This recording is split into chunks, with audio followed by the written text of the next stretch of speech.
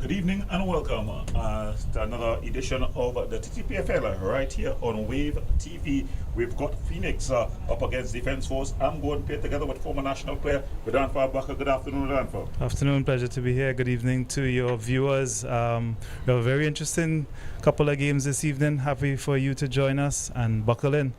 Well, we've got the starting lineups for you. We've got Phoenix in goal, number one, Shaheem Carrington. He'll be wearing the gloves. The captain, Javon Williams, number 4. Kieran Matthews will be sporting number 5 jersey. The big man, Sherwin Lovell, number 9. Number 14 is Cassidy Davidson. Number 16, Emmanuel Cox. Number 17, the wily veteran, Tevin Caesar. Number 19, Jaheem Harry. Number 20 is Omari Allen. 21 is Leon Beckles. And rounding off the starting lineup, so we've got Shaquille Gardner. For Defence Force, you want to give that team Rodolfo? Sure, yeah. In the lineup for the Defence Force is Isaiah Williams in goal, Kevin Molino, captain, Kevin Goddard, the number 6, he will anchor their midfield, Kaim Thomas, Isaiah Leacock, number 18, Rion Moore, his pace on the wing, Adriel George from Tobago, of course, Justin Garcia in the centre defence, Sherwin Noel gets a start today, and Casimir Keller also is in there. Last but not least, there's Joshua Rahul Wilson. He'll play at left back. Yes, so that's the starting lineups for these two teams. One team in yellow and blue, returning to their traditional colours, Rodolfo, as they are the champions of this season. But in red is the Phoenix team, two teams on two different missions. But of course, I think the result, getting those 3 points, is important to both teams. Yeah, of course, it'll be very difficult for Tobago Phoenix tonight. Defence Force, of course, full of confidence, unbeaten through the season, just dropping those 4 points from the 2 draws during the season. Outstanding so far. They will not be wanting to be letting up today. Well, for Phoenix, though, they'll have to just try to pass some of the fading horses at the bottom end of the table, and they'll be looking towards next season. How as a coach, you could get your players to be focused and locked in this afternoon, Rodolfo, as the coach of Phoenix? Well, first and foremost, I'll remind them that they're all professionals. They're being paid to do this. They're being paid to perform, and that's their job, first and foremost. Then, of course, you talk about next season.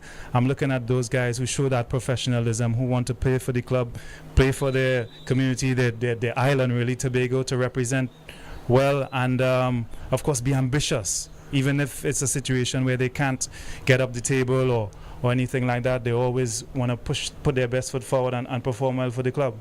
Well, that's the whistle as we kick things off. Phoenix, they're going to be kicking from left to right on your screen, wearing their red jerseys.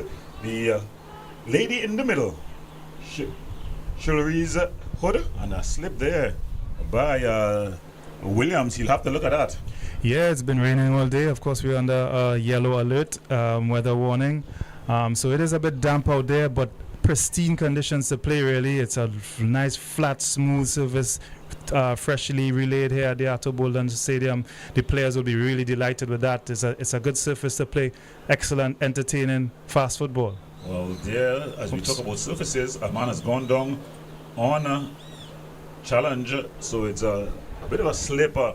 So besides those boots, Rodolfo, so very important. You've got to have the proper boots. As look at it here on the replay, the ball went, he took it on the chest. Ooh, curious one. That he might have just twisted his left knee as he landed, as he took the ball off his chest. Painful one. That it's always very troubling when you see a player go down without a challenge. I'm afraid this could be serious. Well, he's definitely. It was a searching ball there from Noel. And look at it again. He took it on the chest. It's just that left foot as it landed. He went over on his ankle. I'm not sure if it may be his knee, but it was a very uncomfortable landing, and he might be in some trouble here. Well, St. Hilaire, he's up from the bench. The Carinage resident up from the bench, just getting himself ready to go as we try to get a look. Closer look at it.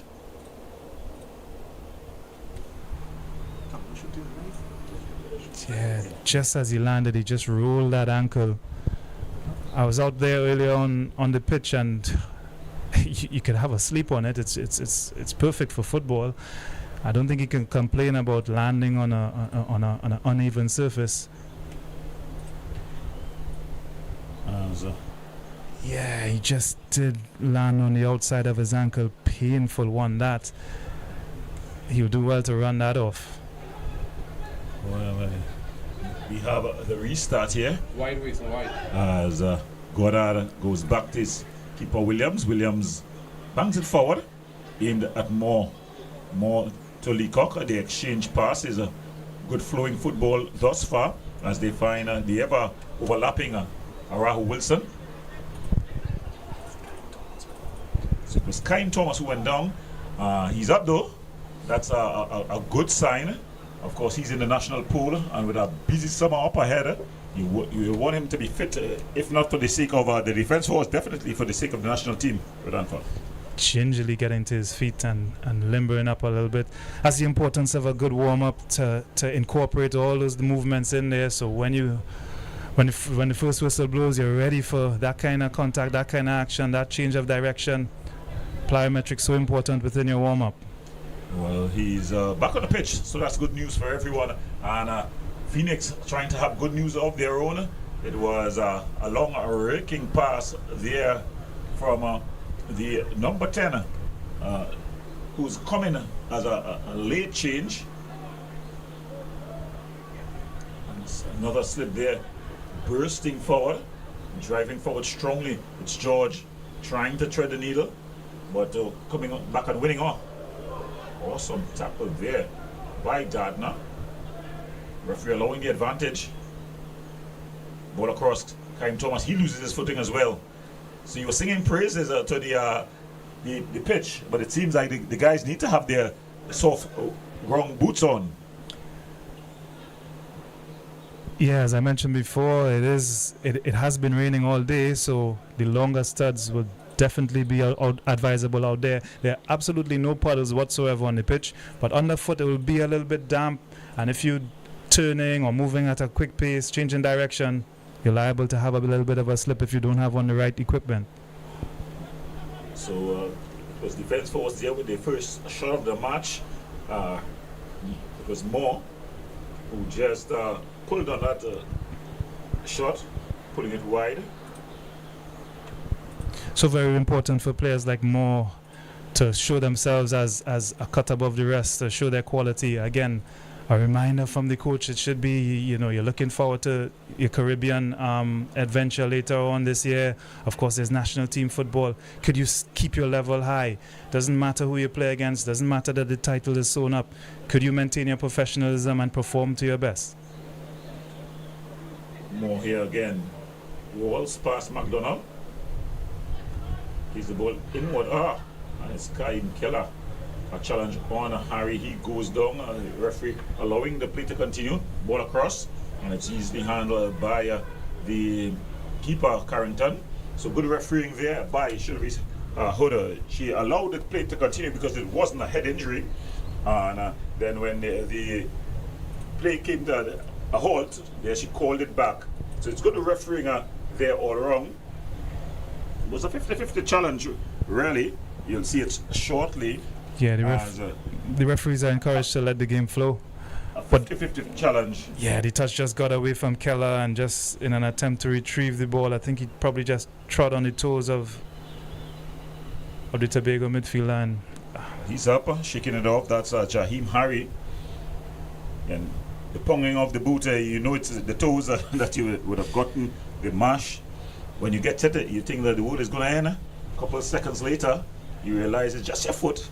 Should be fine, yeah. So referee Hood just getting the restart going. Carrington throwing it out long, finds McDonald. He's up against Arahu Wilson. And that ball just going out of play there for off of Cox. Phoenix have had a mixed bag of a season early. They started after the carnival break like a house on fire, getting 2 wins immediately after.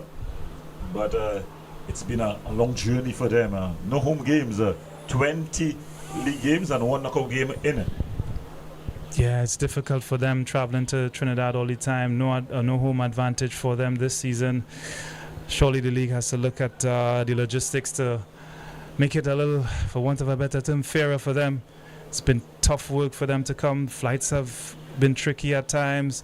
When they get here, sometimes they aren't accommodated in the most comfortable conditions while they wait for their game. So it's a real struggle for them to overcome those things and perform on an evening. So credit to those boys who've kept coming out, and they've got the odd good result, to be fair. They've been a tough nut to crack at times. They're difficult to beat. Definitely no walkover. This Phoenix team, they're coached by Nigel D'Souza. He's done a good job, a young coach. He's come in and done well. Of course, traditionally the Phoenix 76 team would have been coached by Terry Williams for an eternity. But as the old saying goes, all good things come to an end. The man on the ball, he's still going. Kevin Molino, he needs no introduction really, as he puts the ball to Garcia. Garcia across to Noel. Noel getting a start here today. He's been down the totem pole in terms of getting playing time, Noel. Of course, there's Jelani Peters also in the team. And of course, Curtis Gonzalez, who's been a mainstay alongside Garcia at the back. So big chance for him tonight to show what he's made of, to show himself at this level. And that's the luxury that Coach Denzel Theobald has. He could tinker a little bit, find his best 11, reward those players who've sacrificed all season as well, give them a taste of the action also. But he definitely will want to keep momentum. He will want to keep winning. So it's Noel who goes across to Keller. Keller playing at wing-back position this afternoon. The last time we spoke about the innovation by Denzel Theobald, as Molino tries to be innovative, finds Kyle Thomas wider, the ball in, good diving header, good work there at the back, ball banged forward, but Noel is going to get it. So the wing backs in this defense force setup here give him lots of freedom to play a bit inverted. They give him the freedom to come in, so they start looking like a back four. But then in attack, it's changed pretty quickly with Goddard coming and sitting deep. More. Looking for more early on here. Bit of a heavy touch. Still more. The ball across. Just why they're arriving late was Kaiden Thomas. Yeah, that's a wing back. So he's obviously deployed to be very attacking. We know the threat more poses, that's his pace. Good cutback. Thomas just on his heels. Perhaps could have reacted or been a little bit more proactive, and it would have been an easy tap in, but a little bit late. And that found him stretching and unable to control his effort. Showing signs of what is to come here. It's going to be a long evening for Phoenix. They'll have to repel what is going to be attacking further over the defense force, and then they have to create chances of their own. Ball played forward. The two players not on the same page, and that one just got easily handled. And they're able to play from the back. Noel, Goddard. So we see Oral Wilson again stepping into midfield from his left back position. Keller there just losing possession. Goddard winning out here. Finds Kyle Thomas. Molino, one-time pass to Isaiah Leacock. Leacock, a deadly left boot he has. A good reverse pass. But it's cleared out there by Williams. Goes for a corner, the first one of the match. Yeah, the retreating defense forced Leacock backwards. But he was also forced backwards because when he got his head up, Moore wasn't up there in support quickly enough. He did eventually get it from Kyle Thomas on the outside with the reverse pass, but the impetus was lost from the move, and the Phoenix defense were able to deal with it, and fortunately they got a goal kick off the deflected clearance. So still another corner. It's going to be Carrington. The Phoenix team without Corey Carrington, the wing back, he's been quite impressive for them. But it's Shaheem Carrington He bangs this one. It's well hit. A bit of a hand, yes, and the referee Shalary Huda right on spot. Very good young referee. A lot of referees wouldn't see that little push. You defenders are without for. That's a good spot. Sometimes it's just sometimes out to reflect a reflex to protect yourself, but you got to keep your hands off the back of the opponent. Floated across. It was aimed at Harry. Of course, Kevin Caesar, former national player. He's come through the ranks. After the carnival break, he spoke to his coach and told him he just want to come and help the community. Of course, Tobago, proud to be represented here in the TTPFL. You can't have a TTPFL and not have a Tobago team. And you can't have a Tobago team without Trevin Caesar. It's good to see him back. Explosive pace, very tricky character, quality player on his day. So he would be a threat for them for sure. So here they come, Davidson. He's been dispossessed by Goddard. They're able to come forward. Cox, he's a buccaneering wingback. He finds McDonald. He looks up, you see one across. Oh, that's a very poor across there. I can't even call it a cross. He's left-footed. You can see that from his touch. And the idea of playing him on the right is for him to cut inside and create opportunities like that. But when he is released down the right side, clearly with that effort, quality lacking with his left foot, with his right foot, pardon me. It's good they're throwing. Raul Wilson throws it back to Justin Shugi Garcia. Of course, most players, they have a bit of a nickname. And I'll mention it just to give a familiarity feel as we try to connect the fans to the players on the field. So it's Molino, Kevin Nash Molino. You could check his Instagram on hashtags. It's Noel, nice floated ball. Good controller there by Kahim. And he gets Keller, who's left the wing back position. So Kasim Keller, normally a central midfield position, he's playing out wide as the wing back. Very fluid, this defense force structure. Goddard, one-time pass to Noel.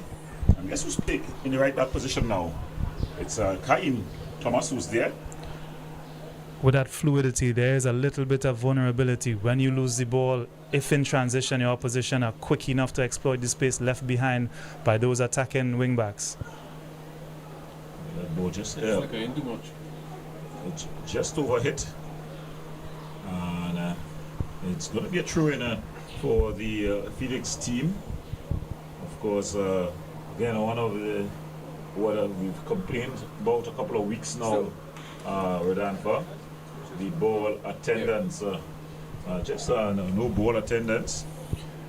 Yeah, that's disappointing. It breaks up the flow of the game, obviously. So much extra time, so much time that's wasted when we could have that non-stop action. So lots of breaks in between. So that ball just going off of a defense force play. It's going to be a throw-in. Phoenix, they've survived the opening 17 or so minutes, 16 or so minutes. No goals conceded just yet. And the keeper Carrington, he's not had a real save to make. No, it's been KG. Cox. The only ball aimed at Lovell. Lovell gets the header on. And a good defensive work there by Justin Garcia, just putting on the big screen. Yeah, anticipated the danger, used his body well to keep his attack at bay. Molino trying to pick off more there, but intercepted by Cox as Rahul Wilson throws it in, exchanging passes with Kevin Molino. And Joshua Rahul Wilson finds Goddard with that beautiful searching ball. Just a bit overhit, a little bit too much on it. Too much. Initially, it looked well weighted there with Anfa. Yeah, maybe Kaim Thomas should be starting a touch wider so he could run onto that pass rather than be chasing behind it. But To be fair, I think it was overweighted either way.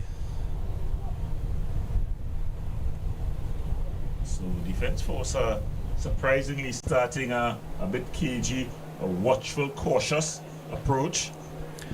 But that's credit to Phoenix as well. They've been compact. They've been disciplined. Caesar, who we thought might have been an attacking threat, he sat in a number 6 position, a defensive midfielder's position, bringing his experience to that midfield. I think that's a good move from the coach as well, to have his experience there, have his passing ability in the middle there. He's on the ball now. On the ball. With an errant pass, of course, right on. Commentators curse. A good commanding header by the captain, Juan Williams. Juan Williams has been a really rock of Gibraltar for this Phoenix team. He's carried them on his back.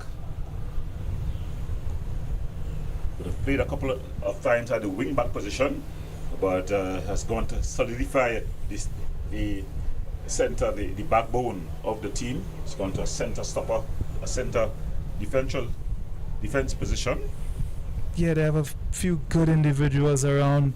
It's about their team effort today. If they could collectively do it consistently throughout the entire game, that's going to be the big challenge for them today. It's broken up, but Goddard able to reset and recycle. This might be the pattern of the game. They might not have the ball a lot, but they need to keep the midfield congested, make sure Kevin Molino is facing towards his own goal as much as possible to minimize his impact on the game.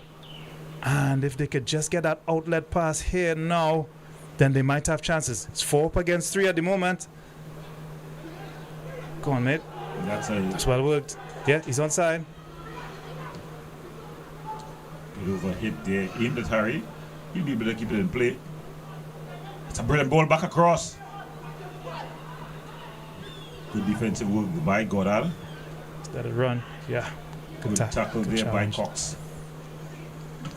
Just hurried that. So Gordon, prime example of how vulnerable defense force could be when they commit their bodies forward, and if Tobago Phoenix are quick enough in transition on that counter, they could be vulnerable. Caesar just cooling things down, goes back to Gardner. Gardner wider here, aimed at McDonough. He's asking for it into space forward, but he's got a lightning fast Rion Moore to compete with. So back to the tactical point there, definitely we saw just now 4 versus 2, and the release ball was just not quick enough, and a couple of players ran offside and had to stop. So had the transition been a bit quicker, we might have been that's a shot from distance. Cox there with the left boot. So the Phoenix team, they're showing that they've come here to compete still, represent Tobago. They're not planning to be any walkovers. Yeah, that shot, ambitious, but it does still give you a boost when you get a pop at goal. Especially when it's a wing back that's getting those types of shots. Yeah, they certainly haven't been overawed in these early stages here. Well, play it through, but straight into the hands of Carrington. We've talked about most of the players for Tobago, but what about Shaquem Carrington? He's been solid, and there's a complaint of the ball. Here we go again. Every time Kevin Molino plays, there's a complaint about the ball.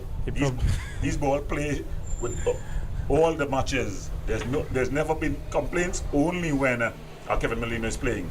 Is it the ball or is it Kevin Molino? That's a good question. Probably could pose that to him at halftime. Probably just needs to bring a pump of his own and make an inspection himself before the game, because this is happening every single time. So here we go again in search of a ball that's hard enough for Kevin Molino. Now, to be fair to him, these balls, I felt them on the foot. They have a bit of a give. And it's something that players may just take some adjusting to, especially if when you train with balls that give you a harder feel. Yeah, it might be just different equipment they train with, and this one, as you said, it does have a little bit of a padding on it, so that gives the impression that it may be slightly deflated, but I don't think so. Much ado about nothing, really. Oof. A better ball, and he could have been in there. So really encouraging signs for Tobago. Little glimmers and flickers of hope. Well, the problem with these flickers of hope with Alpha, you would know as a former player yourself, is that you sometimes begin to get into the flow. You started the game being more defensive minded, thinking about discipline and being structurally correct, and then during the game you start to realize that, hey, we could match this team, and you just lose that discipline for one moment, and next thing you're picking up the ball from the back of your own net. Yeah, that's the difference. That's the difference between the top teams. That big word you use there, discipline. It's going to be the key word for Tobago today if they want to get anything out of this game. On across, more able to get a header. And that ball just bouncing off of the garden out there. In fact, that's Beckles. And it's going to be the first corner of the match. Danger, danger, danger from set pieces, especially at corners. Well, the first name that's going to come up in the hat is going to be Justin Shuggy Garcia. But you got to mention the likes of Rion Moore. You got to mention the likes of Kevin Molino as well. He's got a couple of from the head, and Isaiah Leacock. So lots of aerial power here for the defense force. Let's look at the delivery. Floated in. The keeper comes. He's able to punch it clear. Does well. But Raul Wilson able to win it back. George. More. Charged down by Gardner. Lovell. Loses out. Molino. Finding Bongo Leacock. George. Double team coming up. Don't foul him. It's good defending. Shaquille Gardner doing quite well. Yeah, good strong defending. He probably just thought about having a tackle there, but pulled himself back. Good decision that. He's got a little whack in his face for his troubles though. He's been hard and well disciplined for his team. It's a head injury, so the referee Huda is going to just ensure that all is well. She calls on the physio. So she'll have a jug on. Now, some of the Phoenix players have made the adjustment, the transition. They had two who came from Phoenix. In fact, the heart and the soul of the Phoenix early season rush in LaShawn Roberts and Jarrell Arta. Arta getting a national look in, both under the previous coach and with coach Dwight York. They have come to Trinidad. The losing of players from Tobago, how has that hurt the chances of a Tobago team? I wouldn't see it as losing. The benefit is for the players advancing their career, going to a bigger club. We see it all over the world. You go where you can challenge yourself a bit, where you could win titles, achieve more. So that should also be in their head, to perform well and maybe get a move to a bigger club, whether it be in Trinidad, and of course the ambition is to go overseas. So I don't see it as a loss. Not to the football overall, that's for sure. It's Kyle Thomas all inside again more. They've been aiming for more with his head. He's gotten 2 half chances. Yeah, but Gardner quickly taken. Is he onside? Kyle Thomas just pulling over. The experience of Molino. They were discussing whether it was a foul or not. Quickly he taken. Kyle Thomas onside. Half chance, unable to keep down his shot. Yeah, can't afford to switch off. Spoke about discipline, and that's part of it as well. Always being switched on, alert to those kind of dangers, and not creating danger yourself, like they almost did. They almost created some sort of danger on their own goal, but all's well that ends well. Well dealt with by the keeper, to be fair. Gardner. Nice movement there by Davidson. Cox. Played forward. The advantage played here as it's Davidson trying to get Lovell going, but some good defensive work at the back by Noel. Kyle Thomas going for a run, running at the heart of the Phoenix team. And it's easily handled as Phoenix is able to recover.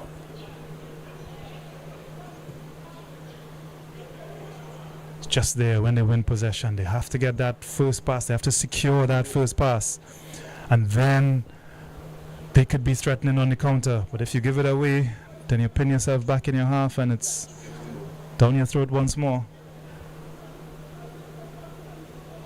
Well, they have a chance to take a throw in here. The coach, Nigel D'Souza, will be quite happy with what has taken place as we approach the half-hour mark. Yeah, I agree. Keeper hasn't made a save yet, I don't think. Half chance with a cross early on, but nothing to worry him just yet. So, yeah, the Phoenix coach will be pleased with how things have gone so far. Defense force exchanging passes at the back. Noel, he's looking for something special. Decides to go to Kasim Keller, and Kyle Thomas is now on the ball. Kevin Molino will play it forward.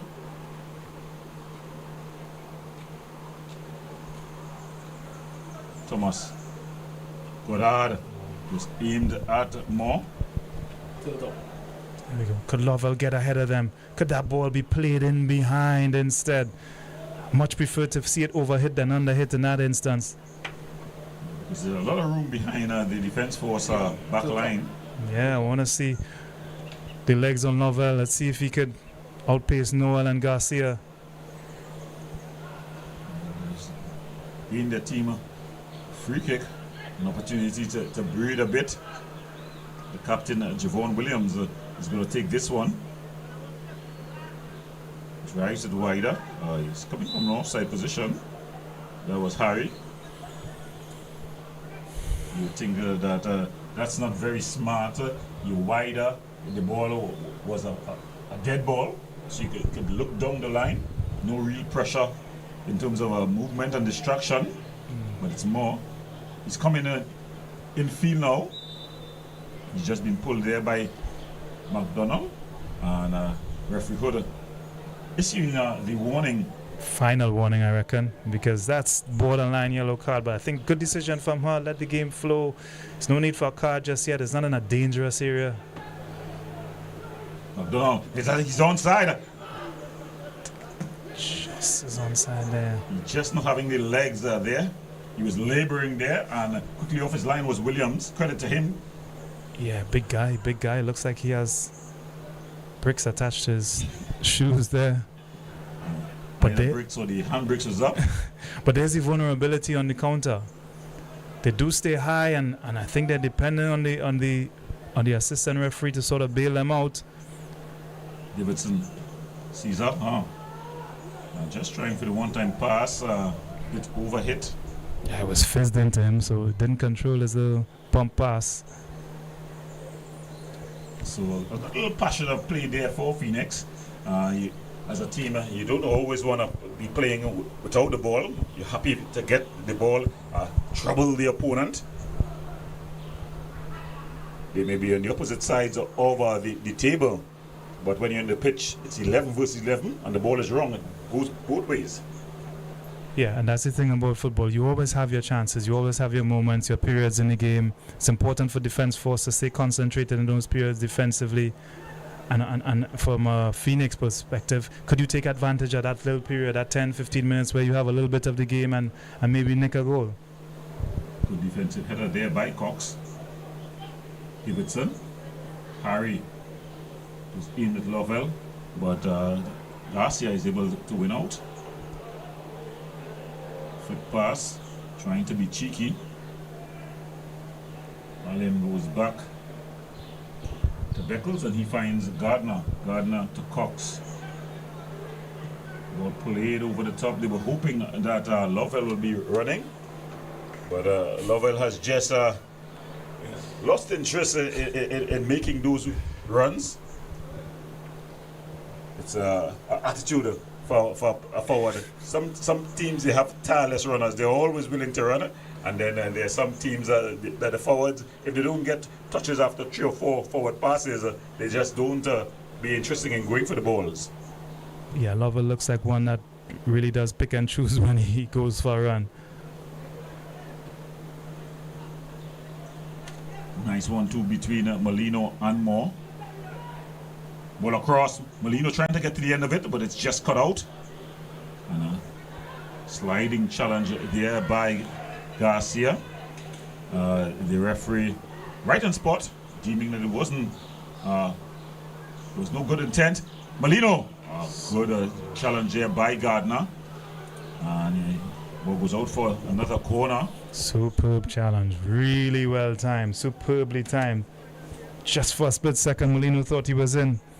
And left foot, right foot, doesn't matter if you're in the box. If Kevin Molino is in the box, it's going to hit the target. So Gardner had to get it spot on, and he did. He's been solid. One of the unsung heroes for this Phoenix team. You look at them and you think that with a bit of a physical work, they could be a real threat next season. In their first season, that was the last one, they came in the top 6. Yep. This time outside of the top 6, but I think they could take heart with having some good performances. Yeah, absolutely. They've been competitive for sure all the way through. Ball across, hit it down, and into the back of the net. As the script has already been been written. Guess who? Justin Shuggy Garcia. It looked so simple, almost like something out of the training park, as the ball was whipped in with the right boot, curling in, and he was free at the far post, rose highest, and the keeper should have done a whole lot better there. Keeper Carrington beaten at the near post, it would have been, and it's Defense Force 1, Phoenix 0. Yeah, just as we said, they're being competitive all the way through the season. How disappointing it is that Beckles and Gardner in attendance, yet still they haven't challenged for the ball. It's an unopposed header in the 6-yard area. Credit to Justin Shuggy Garcia. He did what the textbook required. He got up, headed it down into the ground. The Phoenix team may just feel that their keeper could have done a whole lot better, but I think he thought it was going on the wrong side of the goalpost, as most of us did in the stands. Yeah, but as you said, Garcia did the right thing, headed it down. That makes it a little more tricky for the keeper to deal with. He would be disappointed with his defenders that were in attendance. And it's going to be Harry there. Good effort. And they're going to get a corner now. Yeah, a little bit of shouts for handball there. They deflected off or something because they got a corner. Faint cries for a handball.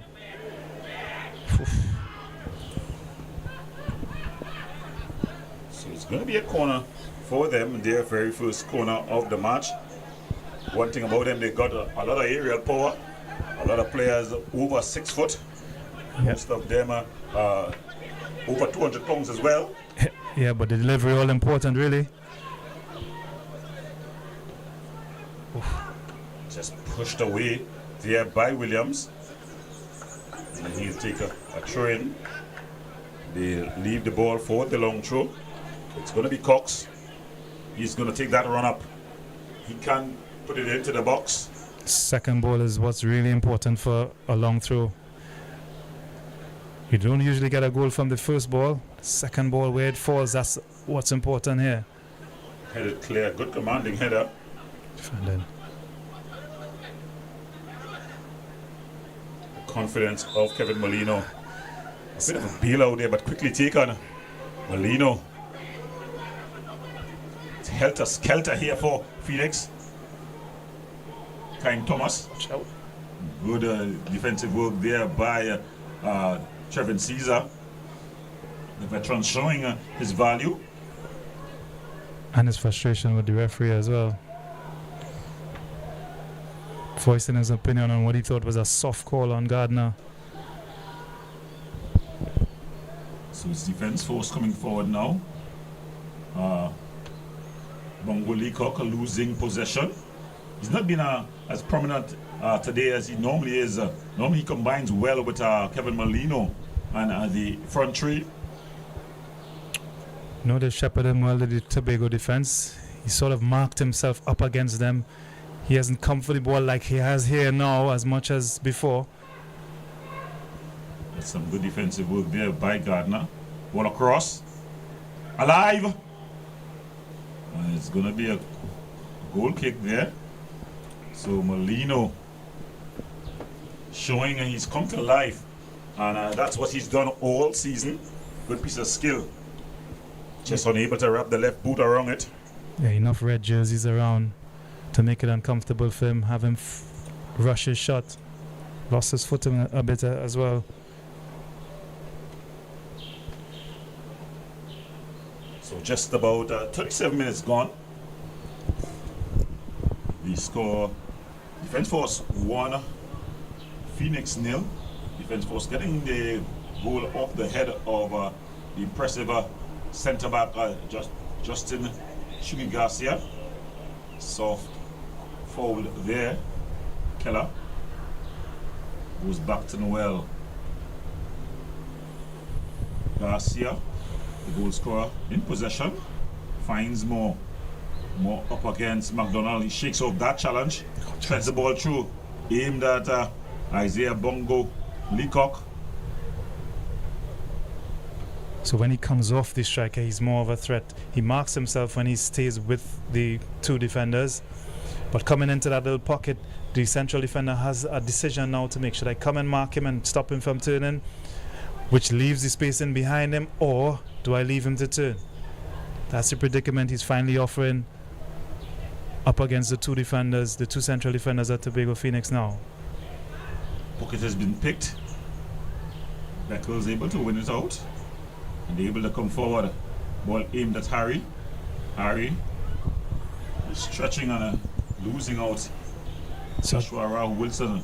again, momentarily, it's 3 up against 3. If they counter-attack well, if the pass is delivered accurately enough, and that simply hasn't happened yet. So Joshua Rao Wilson bringing the ball forward. George. Klein Thomas.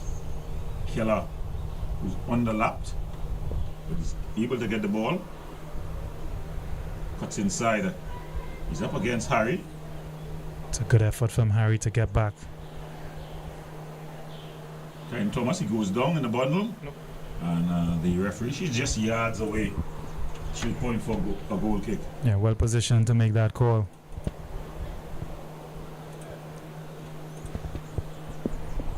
So it's a TTPFL Tier 1 action here. The wrong. Just about 5 minutes left in the first half. It's TTPFL Tier 1 action. Of course, round 20, the last match day of round 20, looking to get to 22. The title already sewn up. The champions on the pitch. They're up against Phoenix. Looking to go unbeaten. That's their challenge now. And they'll lead this 1 goal to nil. Phoenix, on the other hand, looking to finish playing with passion and pride. They've done that for the most part this afternoon. As here they continue to come forward. Yeah, and they have the possibility of climbing the table from 9th to 10th. They can't possibly catch Laokita Rangers, who are on 21. They're, of course, on 17 going into this game. So that's a goal that they have ahead of them as well in these final 2 rounds. 2 more games after this one. They'll think that this one is not in the bag just yet. The result, Gardner, he's been good for his team at the back. Showing some skill. It's excellent. Well played. Just aimed at Lovell. Lovell has not been making himself an option. He's been what we call hiding, really. That time they're going behind the defender instead of coming in front of the defender with his run. He looks a frustrated figure, that's for sure. If he is trying to get in behind, the ball has to come in behind as well. But all the balls have come ahead of him, and they haven't challenged the defense force backline with balls over the top or balls through. It's all been in front of them for the most part. Could this go down in the corner maybe? It's Davidson. Davidson quite mobile in the midfield. Beckles decides to go back to his skipper Williams. Just having the advantage lost, and in the meantime going down is Noel. Seemed to have been a bit of a collision between the defender and the attacking player. When you watch on the bench for the defense force, you have a lot of experience.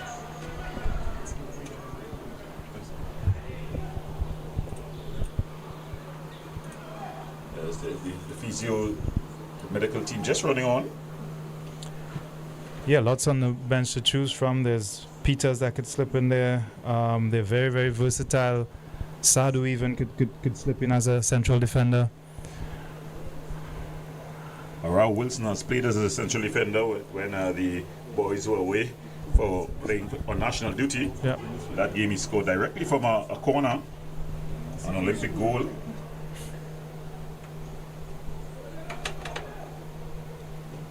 George as well could play that central defensive role. But it's Gardner who finds Cox. McDonald just giving it away. And Goddard finds Kaim Thomas, a heavy touch. The captain able to win out. And Davidson in the pocket to Harry. He tries to do too much.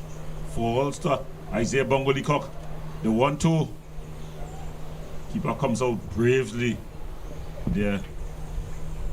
So things beginning to hook up at the end of the first half here for the defense force, Rodolfo.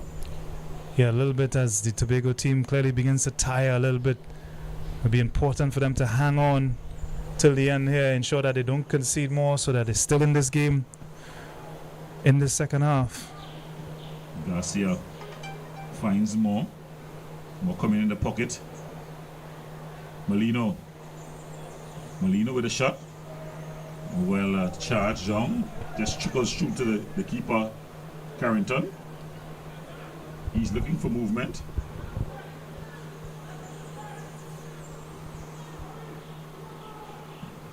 Bangs it forward, aimed at Lovell.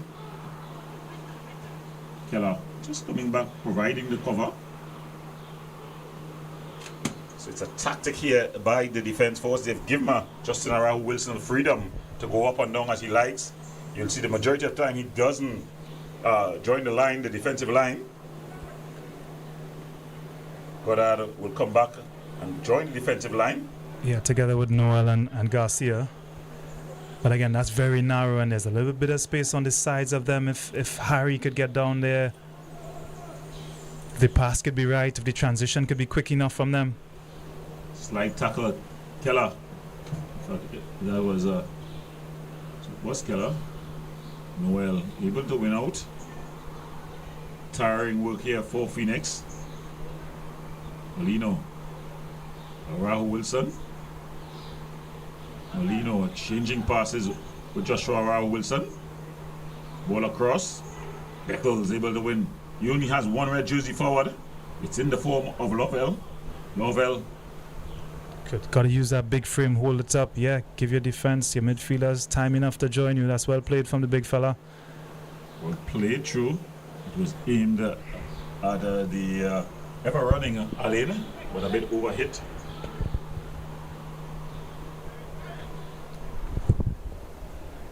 So not much more time left in this one. Ball aimed at Moore.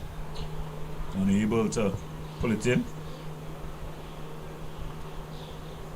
So referee Chaloris Hood will be just looking at our watch. And so with the Phoenix coach, hoping that he could get in at 1-0, probably recalibrate things, make sure his team gets a bit of a breather so that they could try again. Molino called for the bump on Trevin Caesar. former teammates at the under-23 as well as senior team level. So they exchange a bit of pleasantries. Now, but after there's some players that when they cross the white line, they could have been your brother. As long as the jersey is different, they're really characters. As that whistle brings the end to the first half. At the end of 45 minutes, it's Defense Force. They lead 1-0. Justin Garcia, his goal separates these two versus Phoenix. What a first half here. Redanfa. Yeah, just a lapse in concentration really from Phoenix has cost them the goal that separates these two teams at the moment. They haven't been overawed. They look a little bit leggy, so that will begin to tell in the second half. But they've showed up today. They've given a good effort, and 45 minutes to see if they could turn it around here. Well, we're going to the break. When we come back, we'll have more action live right here on Wave TV.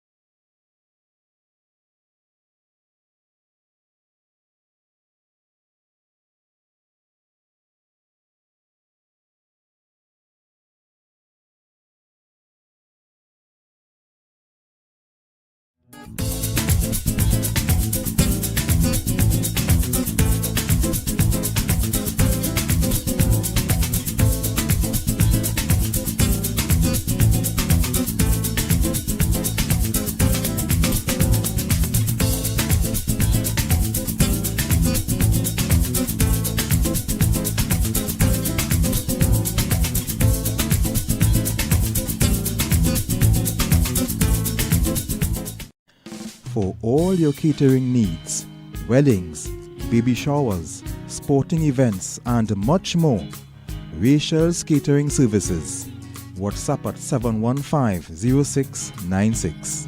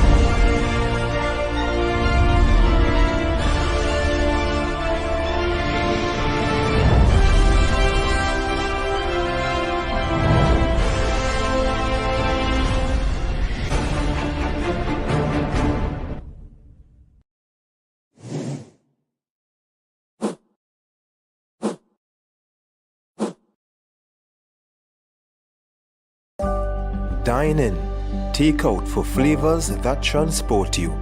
Indulged into our meats marinated in our secret spice blend and slow jerked to smoky perfection, bold, spicy, and utterly unforgettable. Dive into our local classics like steamed dumplings and provision, smoked herring or saltfish breakfast, hearty stews and coconut-infused sides. Only at the Jerk Bar, 38 Frederick Street, Port of Spain.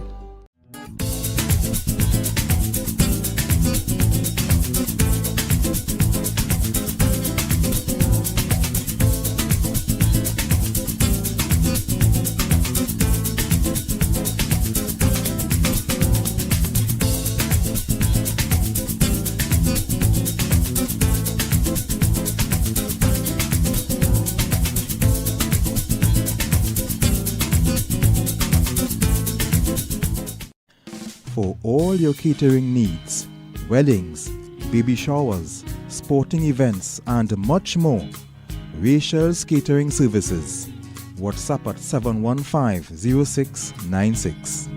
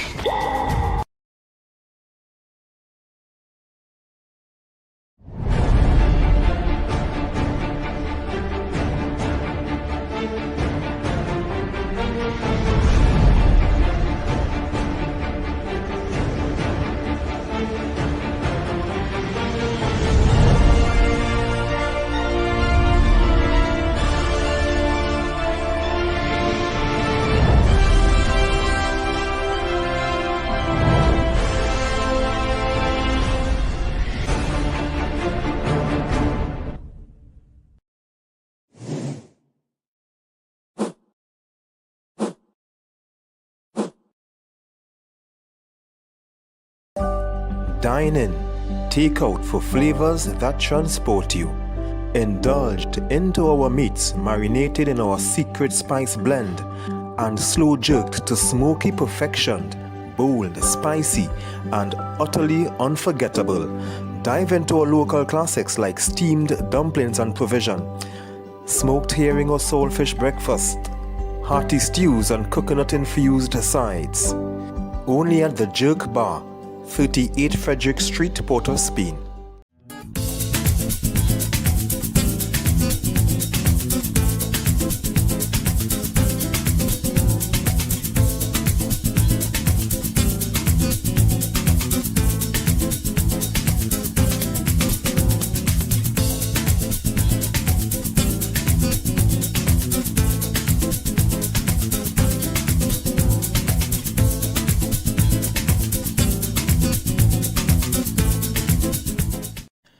For all your catering needs, weddings, baby showers, sporting events, and much more, Rachel's Catering Services.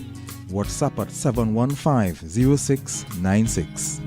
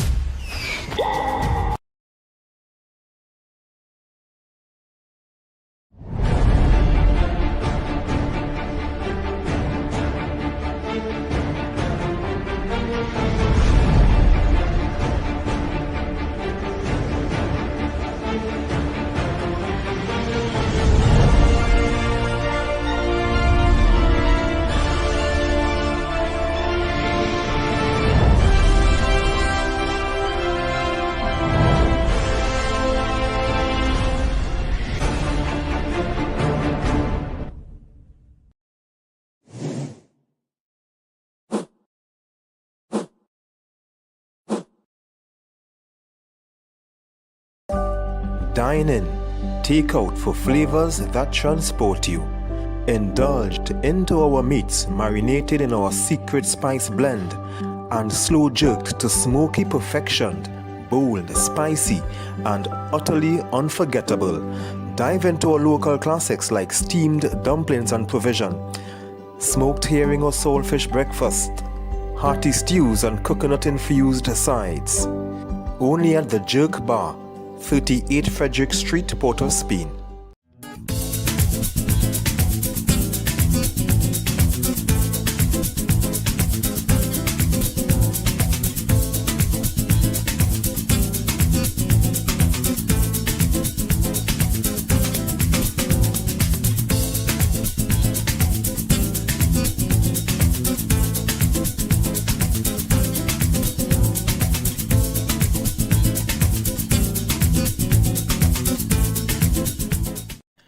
For all your catering needs, weddings, baby showers, sporting events, and much more, Rachel's Catering Services.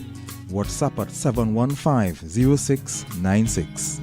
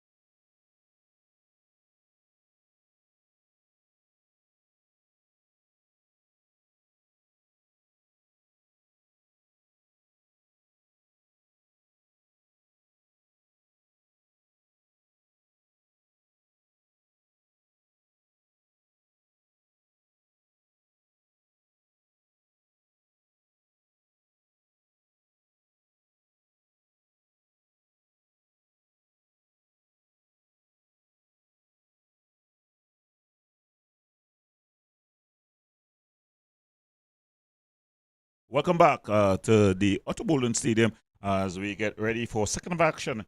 Yeah, we have the defense force. They're up against Phoenix. Some substitutions at the half.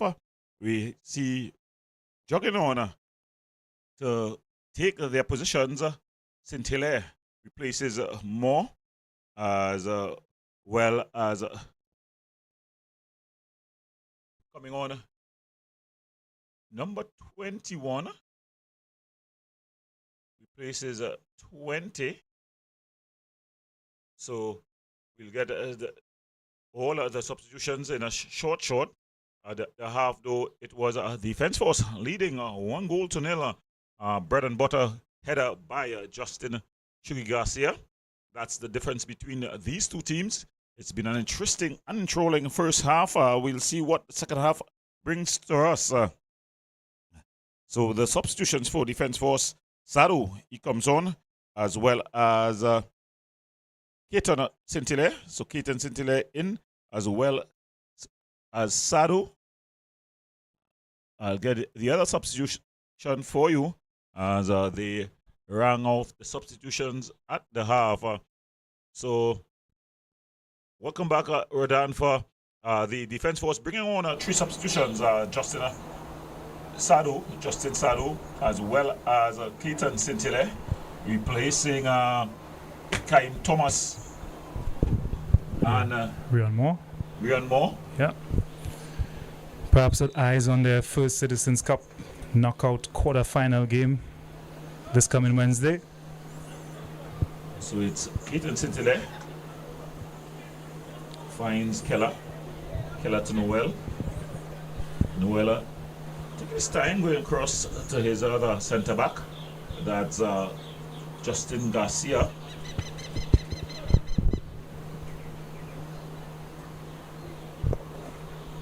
And as they just continue to maintain possession, simple possession here. Seems to be they brought on Cooper. He's on the ball. Filled up. As Saru. He's had a journey this season. He started in the starting lineup. So, in fact, he had an interview where he said he's good mentally from not being on the team last season. But he's also fell off the grid this season.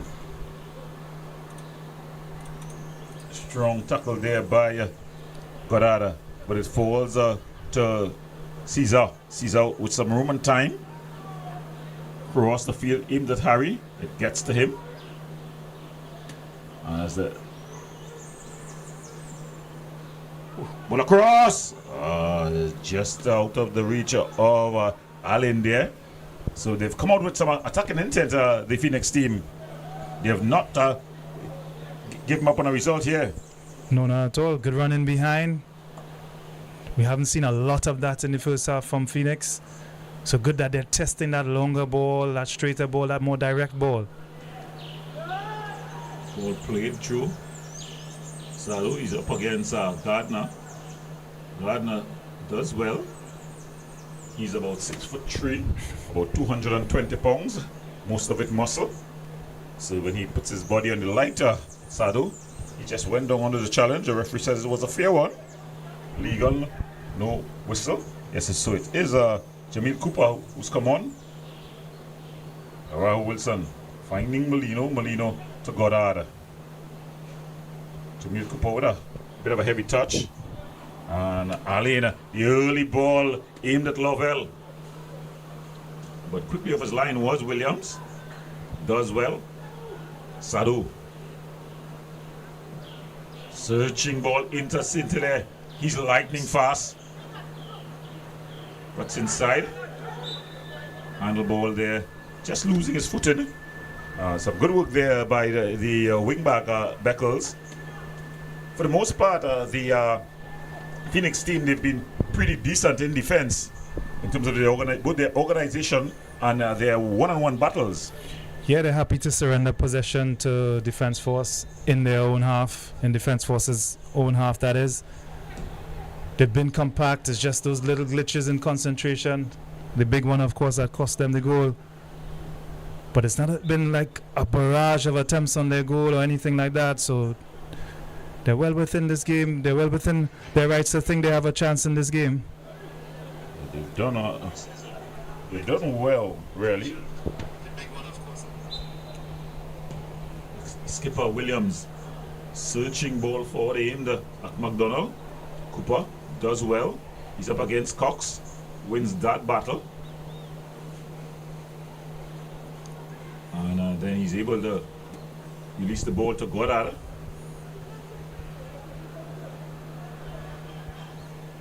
As they're able to Bring the ball. It's really well played from defense force. Leacock. Saint-Hilaire. Good defensive work there by it's Gardner. He's done well for his team. Yeah, and that's the kind of ball that will trouble the defense force as well. That sort of slide rule pass into the half space. They could benefit from that on the other end, Phoenix. But really well played to get out to the back. Energetic press from Phoenix early on, but they were always a half step behind, and good composure from defense force to get out. Joshua Rao Wilson, he's got a very intelligent left boot. As we say, a special good evening to Versin Bulal. Versin Bulal, as well as Mark the Shark. Mark the Shark, pleasant good evening to our loyal viewers. Marcus Thornell. Ball across. Just push clear. He's already scored once this season from the corner. And another challenge there that just puts this one out. It goes out and it's going to be another corner. And it's Gardner. He's been a tireless servant for this Phoenix team at the back. Redanford. Yeah, had to get that challenge right. Last ditch. Bit of a stretch just on the toe end of his boot to poke it out for a corner. That's all you need sometimes, and just about got it right there. It's on the other side, so it's going to be taken with the right boot. Sadu, he's also scored directly from a corner. Ball curling in, the keeper does well. Just dragged wild. In fact, it would not even go out for a corner. It goes out for a throw. So it's really beautiful when you got players with the ability to trouble the keeper from corner set pieces, Redanfa. Yeah, very deliberate from the defense force team to have in-swingers threatening that goal all the time. We know the ability they have with those corners, the attacking ability of Garcia and Leacock. But so important the delivery to put it in those dangerous areas that gives those attackers, those attacking players, the minimum work for them to engineer a goal. Gosh, very late there. He's going to find himself in the referee's book. Allen. Crunch and tackle. I think he just pulled out in time. No malice. A bit of acting as well from Kevin Molino. You could have heard him all up in the stands. The Oscars and the Academy Awards have already been given, but I think he would be in line for that. Yeah, he just about figured he wasn't going to get there and pulled out of the full-blooded challenge. Didn't escape without a yellow card, though. It's going to be Sadu. He's going to be taking this with the right boot. Interesting setup of Leacock here. Keeper comes, punches, does well. He's been very competent. Cox is pulling the ball in what he thinks is going to be his channel. It's cleared out. Then it's put down. Molino. So composed. Very tidy to get out of trouble there. As Keller finding Garcia. Garcia finding Cooper wider to the overlapping Arahu Wilson. Fine run, fine ball. Just losing his foot in there. Just momentarily, 4 up against 4 here. Lovell unable to get the proper weight on it. Yeah, unfortunately a familiar story for Phoenix. In good positions with numbers up, but not finding the right pass. Arahu Wilson coming forward. Onside. But across. Headed clear by Beckles. Banged upfield, aimed at Lovell. He heads it across Well played to Harry. fella. And Harry just gives it away cheaply. They had some numbers going forward. So give me one. And then it's finally cleared out. Harry has gotten some space here. Rolls it across to Allen. Allen turns away from the challenge. He's been tripped up. The referee will blow. Yeah, so I want to shout out Clinton Allen and King Ledge. Just some of our loyal viewers who view the stream day in, day out, provide us with a positive feedback as well as negative. This weekend we've not been at our very best, Rodan, and I think some of the comments reflected that. You have to take the good with the bad sometimes. It is a work in progress. But we're happy to bring you the action here. We know a lot of guys depend on it. Their daily dose of, their weekend dose of TTPFL action.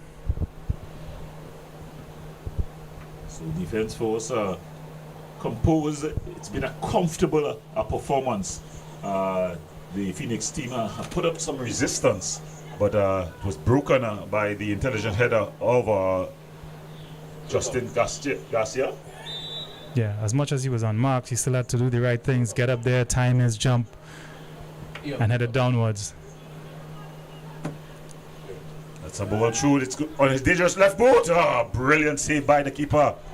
He went for power, but the keeper still had to make the save. He got the legs down, was Carrington, as Leacock would have been looking to peel away with a goal to his name there. But Carrington doing well. It goes out and it's going to be a corner. Look at it here again. He drove it ferociously. Like you said, went for power when placement might have been the better option. He's just 12 yards out from there. Pick your corner. Doesn't have to be full-blooded.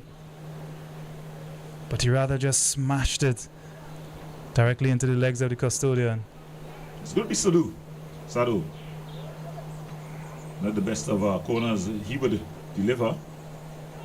But Raul Wilson able to reset it and recycle, and they're able to come forward.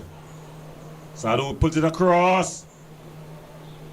Toying with the Phoenix team now, Defence Force. Like a kid in a candy shop. Yeah, queuing up here. Short on killer instinct at the moment, Defence Force. As you said, they're almost like they're just in second gear at the moment. Sadu. For that, the early one-time pass.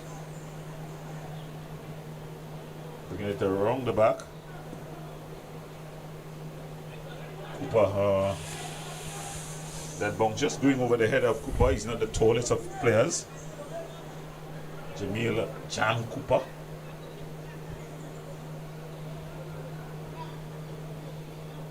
Yeah, he's got to catch it before it bounces.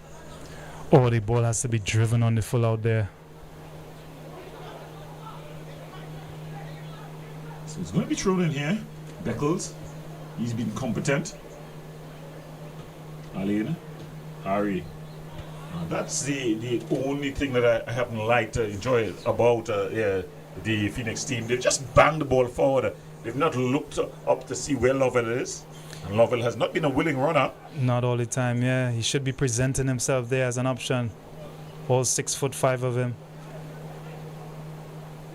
Harry trying to be cheeky. He's lucky to be bailed out. Well, he's not been bailed out.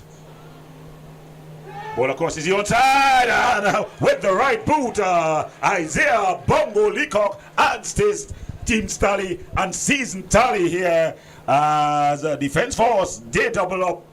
2-0 they lead here. Yeah, architects of their own demise there. Phoenix giving the ball away in a bad area. Quick thinking from Leacock. As soon as he passed, he was off, expecting the 1-2, and of course a player like Molino will see that and deliver. Inch perfect pass, great weight on the pass, right footed finish, blasted past the keeper. Yeah, so Defence Force now, they were in cruise control before, but I think now the Phoenix team is just fine that they are, it's too much to handle. Yeah, it's difficult to come back from here now.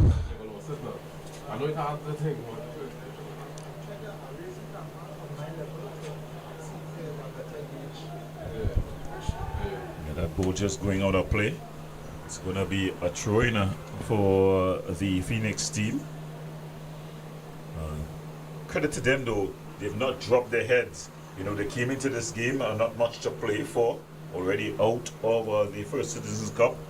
Only thing to play for, pride and to play it with passion. They did just that. One lapse in concentration in the first half cost them the goal from the set piece. And then another one there where they just played with the ball in the wrong position. They've played it, given it away cheaply again here. Caesar, he's gotten his pocket picked. Cynthia. Leacock. Still Leacock. This time they're able to win out here. Davidson. Allen trying to thread the needle, but it falls to Sadu. Sadu finding Cooper. Sadu. Goddard.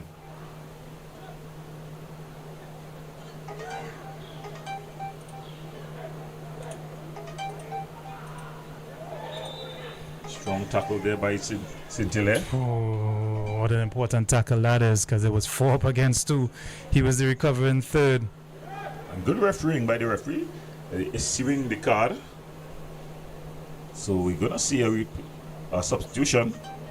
And McDonald, he's going to have to make his exit. Coming on is Leandro Williams. So Leandro Williams, another striker. So they've not waved the white flag just yet, Rodanfa. No, attacking change. They're still trying to get back in this game. And like we said, they haven't been overawed, but it's been lapses in concentration, just like that one, that have cost them the 2 goals. The 2 goals so far. Yeah, unforced errors. Yeah. 2 to go. Yeah, you spoke earlier about the home advantage that has been taken away from Tobago Phoenix this year. You spoke about last season and them finishing 6th. That's in large part due to the games that they played at home. It was very, very difficult to go over there and travel. I don't think many teams went over there and registered a win. I think they even had a win against the Defence Force last season. And Police. Yeah. Crossing Tobago, very difficult team to beat at home. Jabari Scintille. Clayton Scintille. And going over there. Leacock, he could have had the easy double, probably even a triple, a hat trick. Yeah, pace down the side from Scintille. Heavy first touch, it bubbled up a bit, and but for the deflection, he might have had a double. So it does go out for a corner. So have to credit the defender there, that's for sure.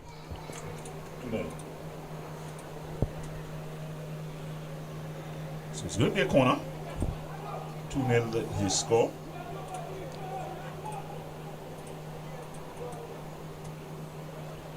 And again, Joshua Rao Wilson with that telling left boot. Whipped into the area. Just head out. It's going to be another corner. Excellent, superb header from Gardner. That's what you expect from your big centre back. He can quickly short into the area. Hooper. And he's just tangling up the referee. She tried to get out of the way, but was unable to do so. But the new rule is if it comes off the referee when you're in possession, you get a bum ball in a non-threatening area.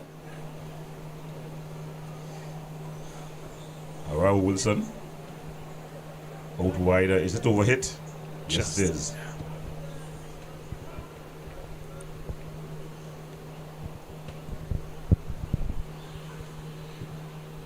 Yeah, with the sun setting here, there's going to be a bit of dew on the surface now, so those balls are going to skid through.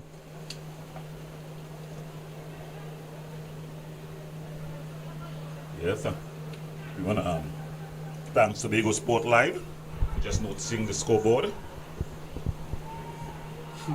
Brothers in the industry. And of course, Gary Velavana, my personal brother, as the ball is banged upfield. Battle here. And Williams doing the job that Lovell should have been doing earlier on. He's flattened the defender.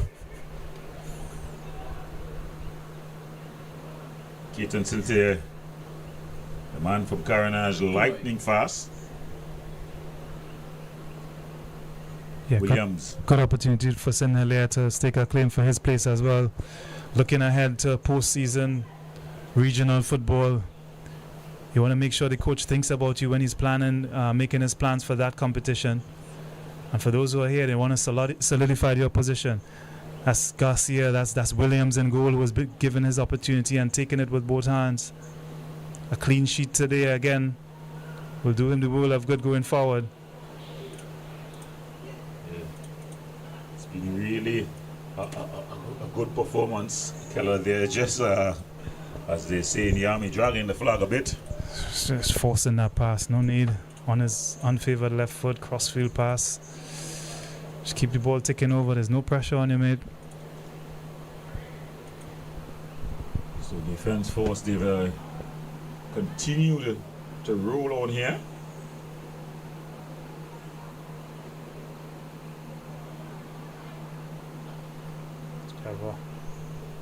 Trevor Caesar doing some good work. Lovell has gone out wider. Yeah. Strong challenge. Into the steamer corner. So that's a positive for them. Just forcing a corner there. Yeah, Caesar still sat in that defensive midfield position, but probably chasing the game, would think to himself that he must be a little more offensive minded now. It's one of the few players that has the ability to unlock this defense force defense. Banged over, kept alive. And then it's cleared. Look who's back, and Williams comes. Well, clean. Able to take it cleanly.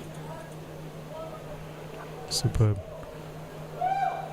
Gardner across.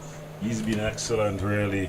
You can't ask anything more. Probably just the goal where he stood, but it was between two defenders, so probably the one expecting the other to go for it. In the end, only Justin Garcia responded. Yeah, precisely. That's the only blotch on his copybook. He's been outstanding tonight. But super delivery from Williams. Good spot and sent Cooper on the counter right away. Good coverage by Gardner to get across sharply. Noel, though, he's been excellent. I can imagine him stewing on the bench with Curtis Boyer Gonzalez going so well. But he's been good for the defense force in that centre-back position. And they've all done well, the guys who've stepped in, who aren't the regular starters. Deep squad this defense force team has. Huge luxury for Coach Denzel Theobald. Could be a headache as well, but he's managed it so well throughout the season, keeping everyone happy, keeping everybody pulling in the right direction, and that has, without a doubt, earned them the title this year. The fact that they have so much quality and they've all been on the same page. Every time one or the other has been given the opportunity, they've stepped up. Definitely. You would think that Denzel has a good sense of style. He's been able to mix and match his players quite well. Yeah, he has good buy-in from the players, from the staff, from the entire organization. That makes it so much easier to operate as a manager, that's for sure. They're trying to be a bit cheeky, but Beckles does well. Goes back to his skipper. He bangs it forward. Williams to Williams, the Andrew Williams, the forward. He bangs it across the aimed at Lovell. Lovell with it's a heavy touch. And the keeper comes out, does well, and the referee deems it to be illegally so. So she blows for the infringement. Great spot, bud, though. Raking crossfield pass. Heavy touch from Lovell. Williams has brought something to the Phoenix team offensively. I have played with him at under 20 level, many moons ago. But yeah, still looks capable. Big lad, mobile, good idea of what he's doing in front there, and he's added certainly that physicality to them up front. Yeah, he's definitely done a whole lot better than Lovell. And in fact, Lovell has looked better when he's gone out wider. Yeah. You'd expect Lovell being so big to be able to match up with the defenders, but he doesn't like to play with his back against the defenders. He's more like the face of the defenders. Yeah. The Andrew Williams, more a post-up defender, the traditional number 9. Yeah. So he's come and added that a bit of guile to the Phoenix team. Williams trying to be cheeky and just tripping up Paulino. The referee playing the advantage. Almost running themselves into trouble 3-4 times there. Lucky to escape. All's well that ends well.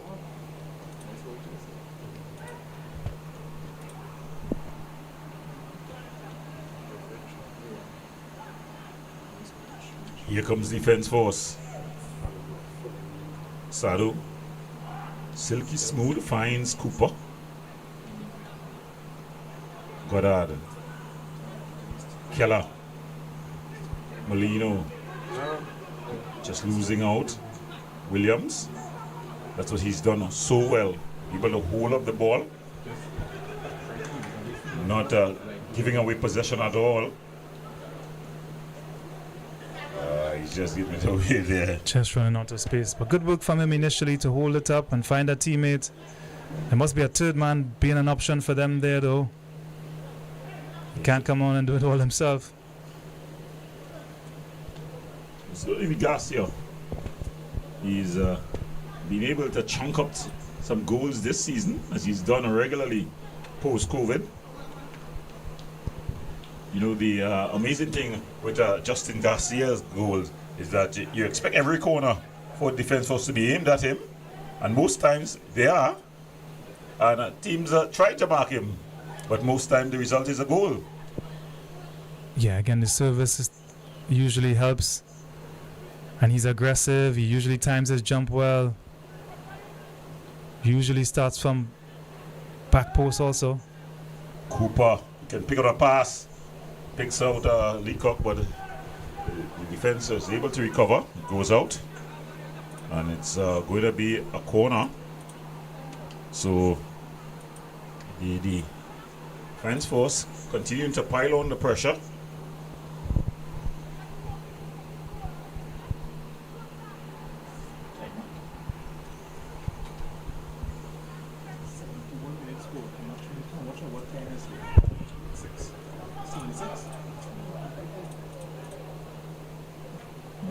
Back inside.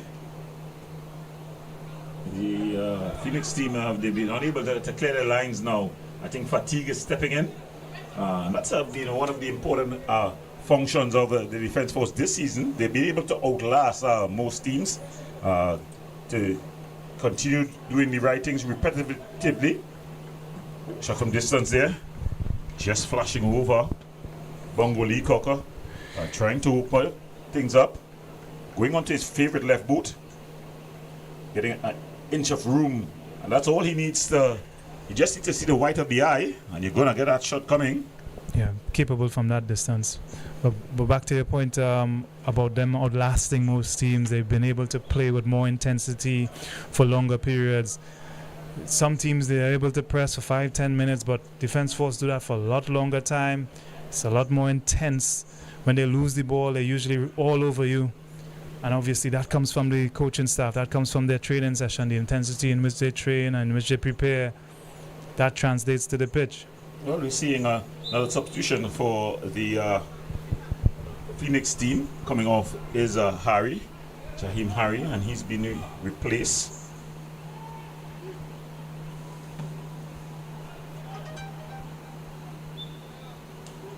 The name of the player who he has replaced.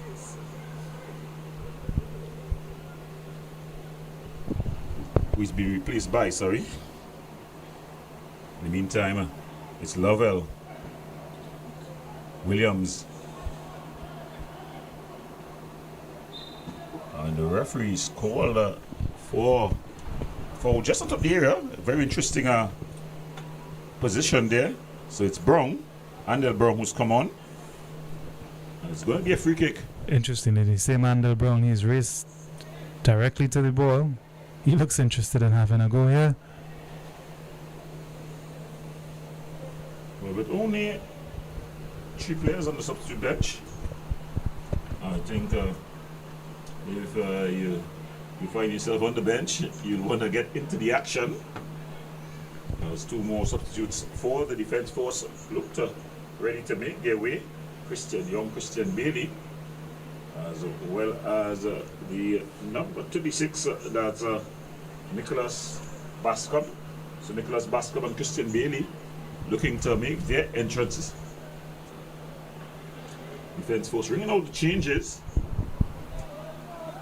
Christian Bailey, the Fatima man. Some of the young talent that has been able to step into this defence force team. The tier 2, Caden Trestrail. Young Caden Trestrail. Let's look at it. Williams, I think he would be saying our defence out if you had a shot like that with Anfa. I think that one might have landed in Scarborough. That's a clearance more than a shot. Yeah. So it's Keller who makes way. Kasim Keller. He's done well for his team. And striding off. In fact, we can't call it striding off. He's taking his time. And that's Isaiah Bongolikori.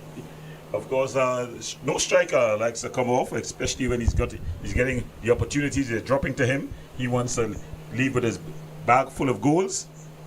So he comes off and on jogs Christian Bailey, sorry. Yeah, Leacock might be a little bit disappointed tonight. He might have fancied himself to have a goal more, at least. So that's probably the reason for his demeanor. So coming up next, though, we've got the San Jabloteh team up against AC Port of Spain. It's the nightcap of this round. An interesting encounter. Both teams in the hunt for the final CFU position. Yeah, outside shot for them both, but they could make a case for themselves in the final 2 rounds if they get 3 points each. If either team gets 3 points tonight, oh yikes! And Saint Hilaire just running into his own teammate, his captain. And I reckon the referee might have thought it was a Phoenix player that he ran into. That's what the uproar is about. Clearly running into his own teammate, flattened by his shoulder. They're giving him something as you see in American football. In rugby, they don't allow you to hit so hard. And they're saying that a foul had taken place before. Garcia finds Rahu Wilson. He's able to open his face and play forward. Cooper. Sadu. Joshua Rahu Wilson. Ball across. Saint Hilaire getting his head hit. But in fact, it's been decided that it's come off Brown. So it's going to be a corner.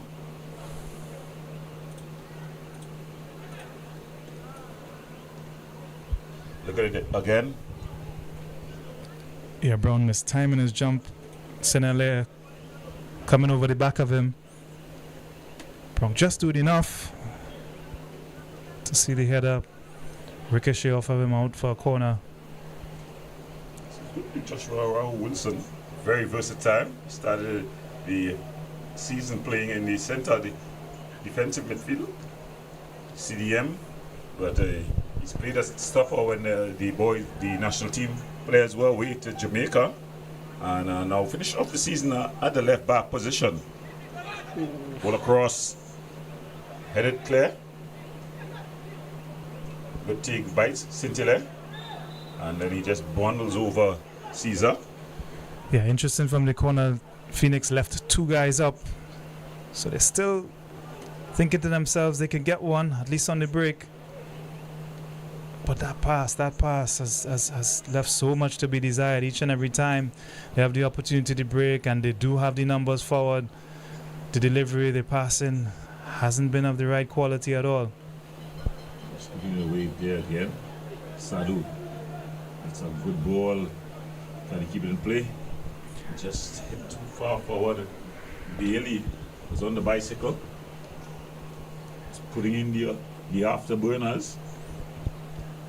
There's that duo I referred to. that would have emerged as the sun dipped behind the hills here. It's going to be a little more slick, the surface now. Those passes have to take off a little bit off for them if they're in the air. As soon as they hit the surface, they're going to skid through. Hit with a bit of backspin. Yeah. That's where the technical players make their name. You know, they're able to decide early the conditions and how it's going to affect their delivery. So earlier on they'll be driving through it, and then when it gets a little bit more slick, you'll get the backspin. Hours of practice needed to be able to execute. Easier said than done. Absolutely. Beckles, is he onside? No, he's just running to the wrong side of the defensive line. There was Leandro Williams.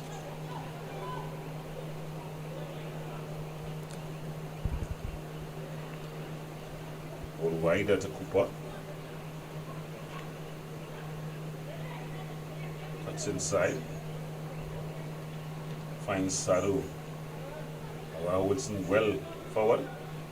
Good defensive header there from the captain. Davidson losing out. Patient.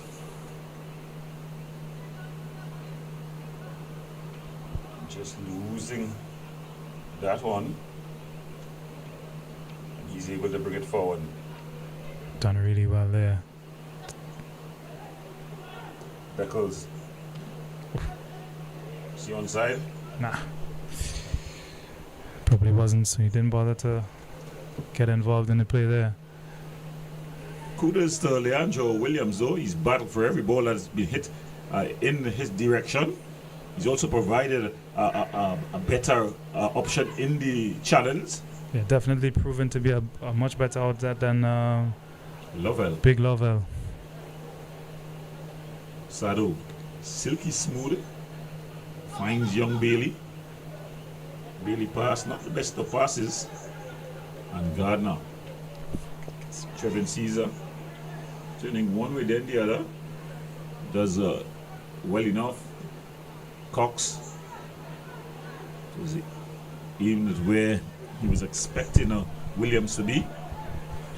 Perhaps where he ought to be fair. Sometimes the expectation doesn't match the reality. Cooper in a battle against Cox. That's why the defense force is so good at, just in tight spaces, just bouncing that ball around. Shot from distance, easily handled. He was well positioned, showing a good pair of hands. Their goalkeeper Carrington rolls it out to Brown. Brown aimed at Williams. Williams does well. But then coming in back and picking up the pieces was Bailey. Scintilla.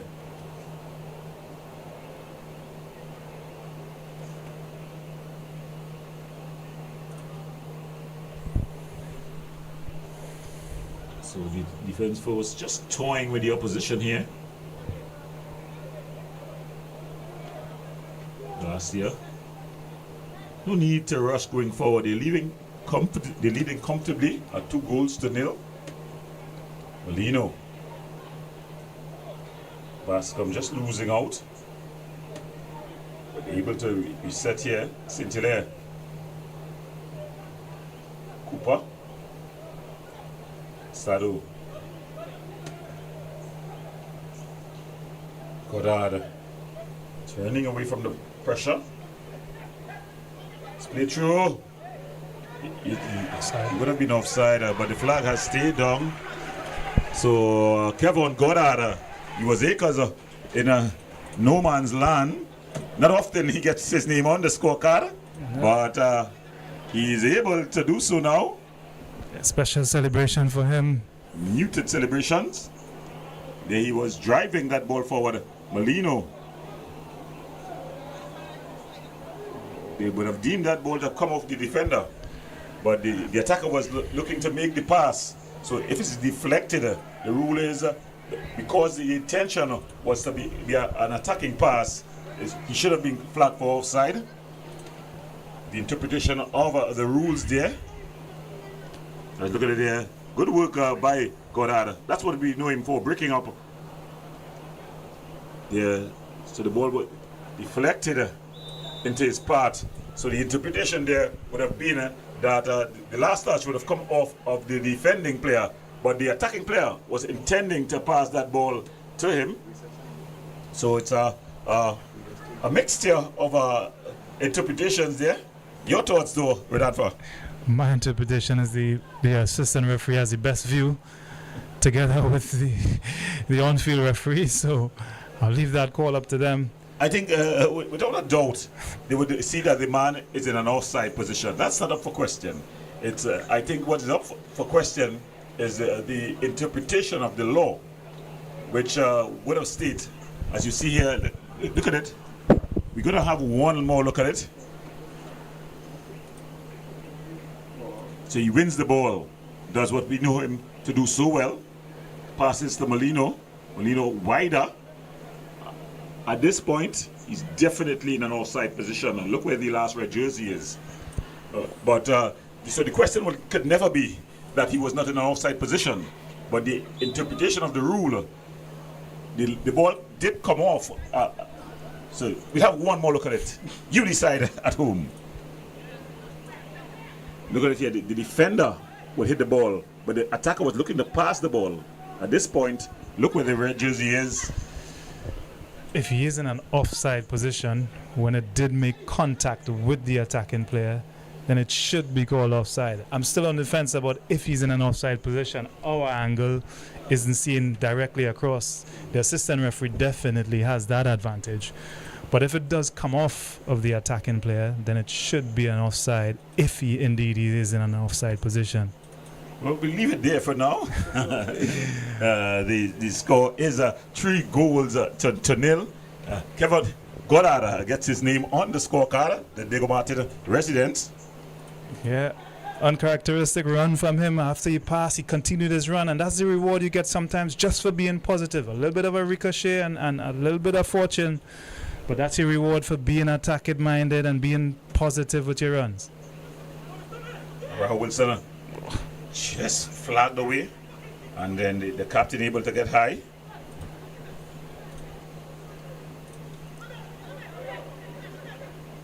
Shot from distance, ambitious by Sadu. Well, it's gone out for a corner. But his central midfield partner, Kevin Goddard, has been able to get his name on the scorecard. So he's probably thinking that, why shouldn't I get my name on the scorecard? Goddard doesn't score many. No. Prize item for him there. Yeah, definitely. Muted celebration when he scored. Perhaps he doesn't even know how to celebrate. Virgin territory for him. Yeah, for sure.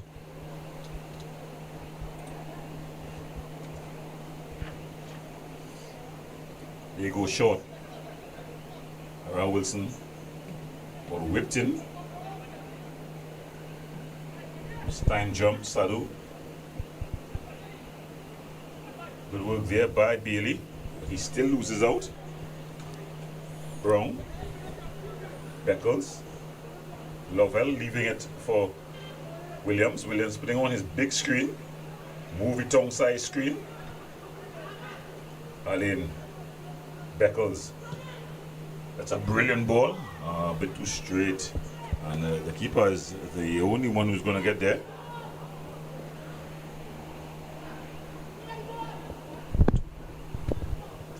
Not much more time left in this one.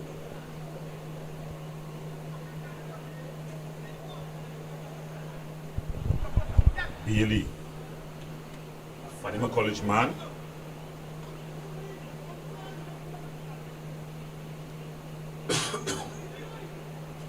Goddard.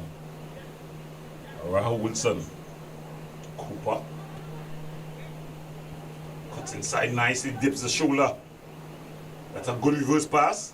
But coming across and just screening things off was Gardner. Good strong body.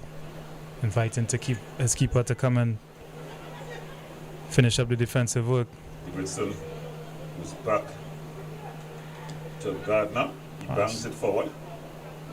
Finds Davidson. Allen. Well played. Lily. That's Lovell. Trying to be cheeky. Still Lovell. Justin Arahu Wilson. That's Garcia with the challenge. Cooper up against Cox. That has been a battle within a battle. Sado. So they're just exchanging passes now. A bit of a rondo. Come and get it if you can. Oh, but a heavy touch there. But Noel into the back of the net. Showing Noel. In fact, it's showing Noel who bangs that one home. So the central defender, two central defenders getting their names on the scorecard. Look at it again. He cut into his left boot and banged it past goalkeeper. Showing Noel grasping the opportunity with both hands. Yeah, even later on in the game, 90 minutes plus, he's still alive to that loose ball. Another errant pass from the Tobago Phoenix midfielders. Stepping forward, being proactive, being positive, driving at a tired Phoenix defense. Making a little room for himself and sliding it past the goalkeeper for 4-0. Exclamation point on this one. There's not going to be much more time left in it, and then Gardner making a mistake. He's been solid, but tired legs now we're done for. That's where the match fitness, being able to repeat that motion, not for 10 minutes, not for 20, not even for 45, but for 90 plus minutes. Yeah, spare thought for the Phoenix players. Of course, they have all the complications of travel and all the rest of it to be here and to keep up that intensity against this runaway train that is the defense force. It isn't easy. They've outclassed everyone this season. For sure. It's not only been about the quality of the team, but also about the mental toughness. They've been questioned sometimes, but each time they come up with the right answer. Yeah.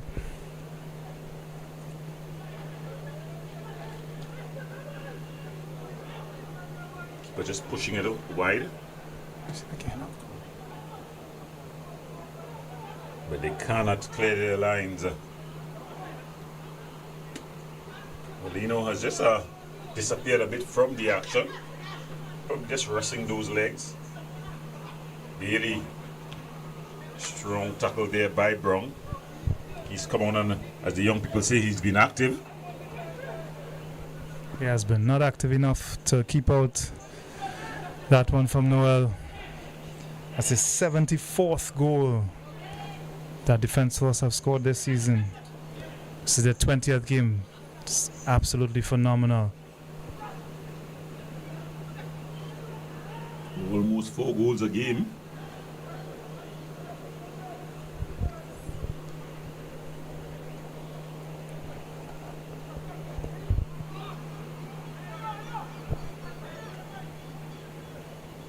Carrington just rolling this one out. The nightcap here though, a juicy nightcap. You've got two teams chasing the third position. Of course, the unseated champions in AC Port of Spain playing and that's the final whistle. So at the end of 90 plus, the Defence Force, they ran away 4-0 winners here. They got their goals from Justin Garcia. He opened the scoring. It was 1-0 at the half, and Phoenix thought they were in it. But then in the second half, the floodgates open, and goals from Bongo Leacock as well as. So this was the opening goal. Yeah, it started with a free header for Garcia. Not a good start for Phoenix after all the early good work. They weren't able to find themselves in the second half as their legs began to tire. That was Bongo Lee Cook. Then this one, a bit of controversy. Goddard would take it any day of the week, twice on Sunday, and today is Sunday. That was 3-0, and this was the fourth. Noel with the exclamation mark. A good performance by the defense force for Danforth. Yeah, they never really got out of second gear, but it was enough. It was enough to roll over a tired-looking Tobago team at the end of a long season. And yeah, this defense force team again shows their quality, shows their superiority today once more. Well, the defense force train continues to roll here at the Otto Stadium. Join us in a short as we get ready for the nightcap. It's the exciting San Juan Jabloteh team. They're up against AC Port of Spain. Don't go anywhere. We'll have more after the break.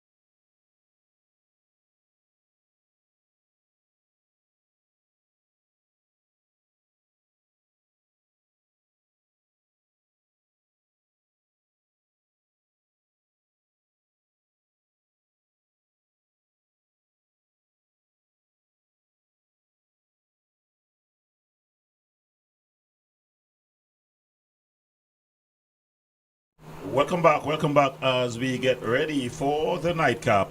It's San Jabloteh, they're up against AC Port of Spain in what promises to be the match of the wrong. Both teams in a ding-dong battle, trying to get to the third place playoff position, to get to the CFU position. I'm going pair together with Redan for a very interesting close off to this round. Yeah, both with an outside chance of that final Caribbean spot. The third place gets you a place into the Caribbean Shield. And they're desperate for these 3 points here in order to get closer to that, to clinching that spot. It's a very interesting one. Of course, the Jabloteh team, they are in green and white. The AC Port is playing in it's a red, white and black strip, mainly black. So we've got the starting lineups for you. For the AC Port Spain team, in goal, the big man Marvin Phillip, he'll be sporting number 1 jersey. Number 4 is Justin Cornwall. Number 9, Ezekiel Kiza. Number 11, Hailey Beckles. Number 12, Robert Primus, the veteran. Number 13, Maurice Ford. Number 16, the versatile Liam Burns. Number 18 is Anthony Simple Charles. Number 17, we've got Kylian Hernandez. Number 30, the young, exciting Michael Shaves. And rounding up the starting lineups, we've got Joshua Wilson. The starting lineups for the Salmon Jabloteh team. We have Justin Dos Santos in goal, former AC Port of Spain player. The captain, Ryan Jarvis, also former AC Port of Spain player. Russell Francois, Jadel Carter, Elijah Sechan, who's been good this season with his goals. We have Daryl Garcia, Zoom Garcia. He adds attacking flair with Glendale Sween, Andel Fraser. They also have Tariq Martin, Josiah Baird, and number 20, Jelani Peters. Well, back home and into the starting lineups, Daryl Zoom Garcia. He returns after a bit of a stint in Portugal. Redanfa, that has... during his absence, the San Jabloteh team, they've just gone off the boil a bit, losing their grip on the third place. Now it's all to play for. They'll have to get some help from those higher than them.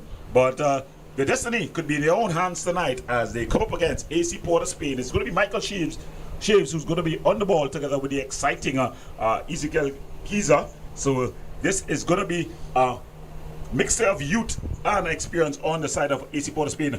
For Jabloteh, it's all about the flair and flash of the youngsters. Yeah, that's the contrasting lineups for both teams. 4th versus 5th tonight, just 2 points in between them. Jabloteh, of course, 4th place on 35. AC Port of Spain just behind them in 33.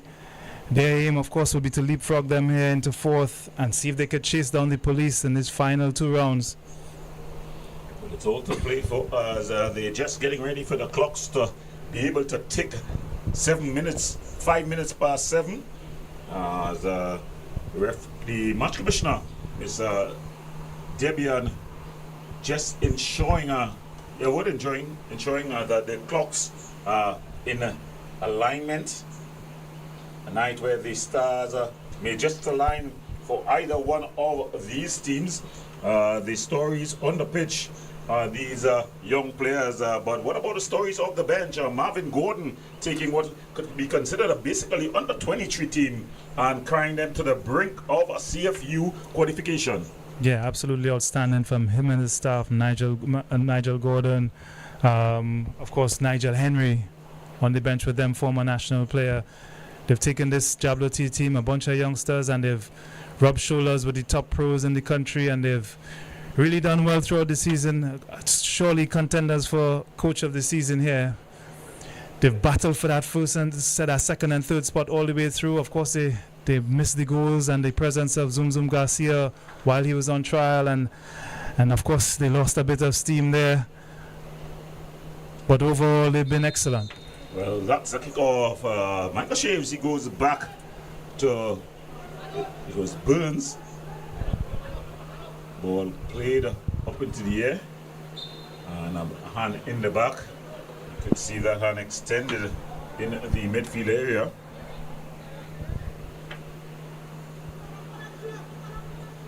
And Liam Burns is going to take it. He's played on every position for this AC Port of Spain team besides in the goal. Yeah, he starts at a defensive midfield position today. He's occupied that right back spot for most of the season. But he's in at the number 6 role today. Ball played through. This could be dangerous. But it's well handled. That was Cornwall. Ford. That's a good ball through, but it's losing out there was simple. And that's a play through aimed at Lendell Swede. The two youngsters looking to combine. The two exciting young talents, both getting national call-ups this year, breaking into the national senior team at the teenage years. Yeah, good to see them getting a taste at that level. They probably aren't quite there. They will take a season or two just to ripen, if you like. Shot from distance, just flashing over there. So it's just going to go over. Shot from distance, not troubling the goalkeeper. Positive start from Jabloteh, though. Yeah, one thing we can expect from them is that they're going to be fiery and fast. They're going to apply a lot of pressure physically to this AC Port of Spain team. This AC Port of Spain team, they've got their youngsters as well. Michael Shaves also just bordering on the teenager. There's a giveaway there by Marvin Phillips. It's forward to Zoom. Sichan. Good work there at the back. He had to be good. It was Ford. Maurice Ford. I think he's underachieved according to his talent, Rodanfa. Yeah, he's a guy who has had some issues off the field and has taken away from his focus on it. But no denying his talent. Technically good brain. He grew up. His football developed under W Connection and of course David John Williams and the solution coach. Yes, of course. So his football IQ is right up there and his technique is pretty decent as well. But he suffered from being unsettled off the pitch. Yeah, of course, a youngster would have started playing his football with the legendary Dada, Anthony Wickham at Trinidad Hawks. He's on the ball now. And you could see he's able to find new cross field quite easily. He's also got a big body to add to all the technical and tactical awareness. Yeah, he's got the physique that you want from a centre back. He's not the quickest, but he's no slouch either.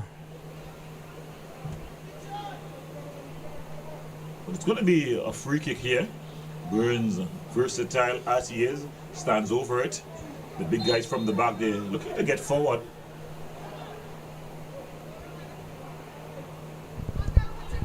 Lots of aerial power for AC Port of Spain. It's played forward. Able to get his head to it. There was a Primus. Primus, he's he's what Justin Garcia is for Defense Force. You know they're going to be aiming for him. The defenders know that, and yet he still gets his head set to the ball most occasions. Yeah, Primus, another excellent in the air. Good timing on his jump, good technique with his jump, aggressive, picks up the flight of the ball early. He's their leader and linchpin at the back. Very important player for him. So going down there, and it's referee Cecil Hines, the experienced Cecil Hines, just at center circle. Earlier on, we had referee Hood giving a good display of refereeing. Of course, the discussion wasn't on any calls by the referee. That's always a good sign that the referee isn't the main topic in a game.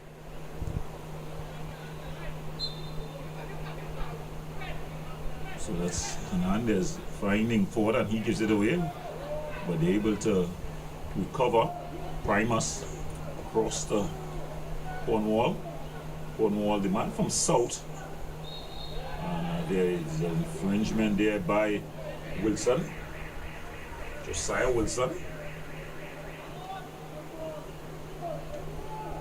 Another with good talent, pacey, decent left foot, but all a bit raw.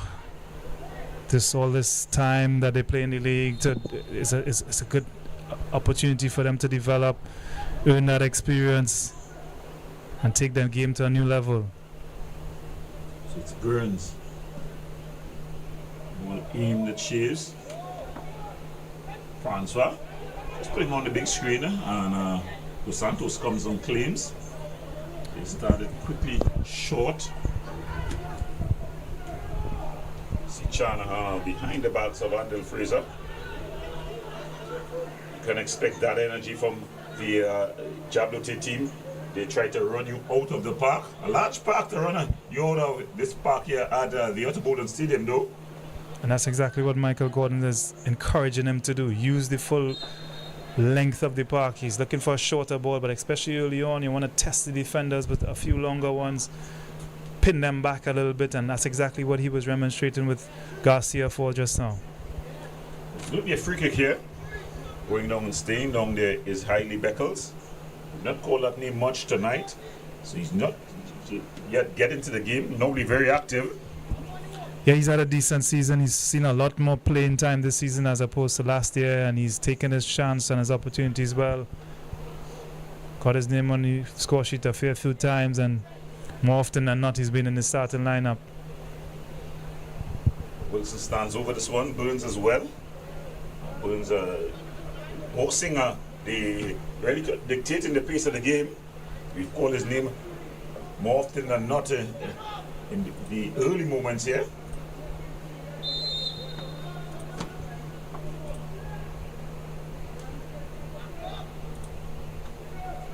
Wilson, just dragging it wide. It's well struck. It was well hit there by Wilson. Just a flick corner, and then it was dragged wide. You would hope to get that chance on another occasion.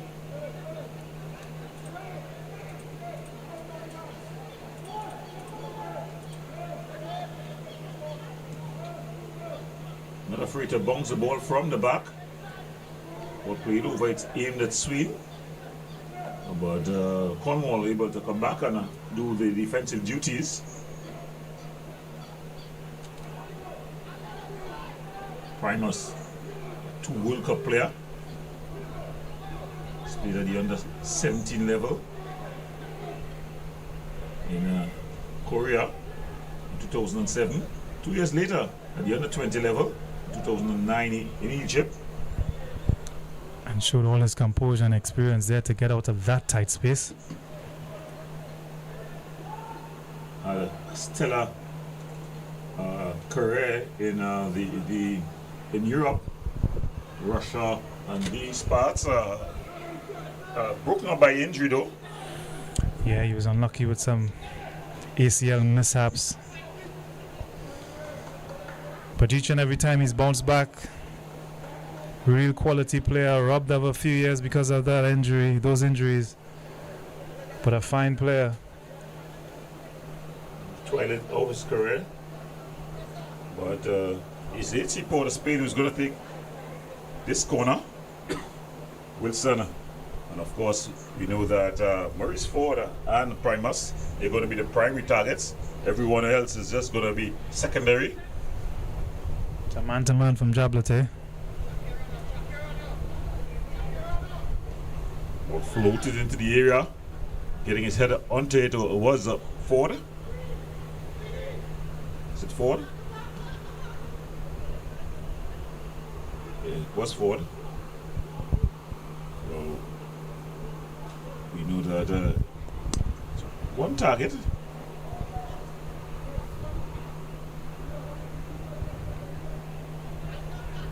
Yeah, hopeful there from Dos Santos. It's good service, but is he ready for that pass? Is it clever to have him up against 2? Well, they're trying to stretch the AC Port of Spain team, try to beat them for pace. When you look at the back line of the AC Port of Spain team, not the quickest. So they're trying to just test the speed factor early on here. How long they could play at this pace, only time will tell. Yeah, a little bit frantic. Not much rhythm to the game just yet, but that's understandable early on. Nobody stamping their authority just yet.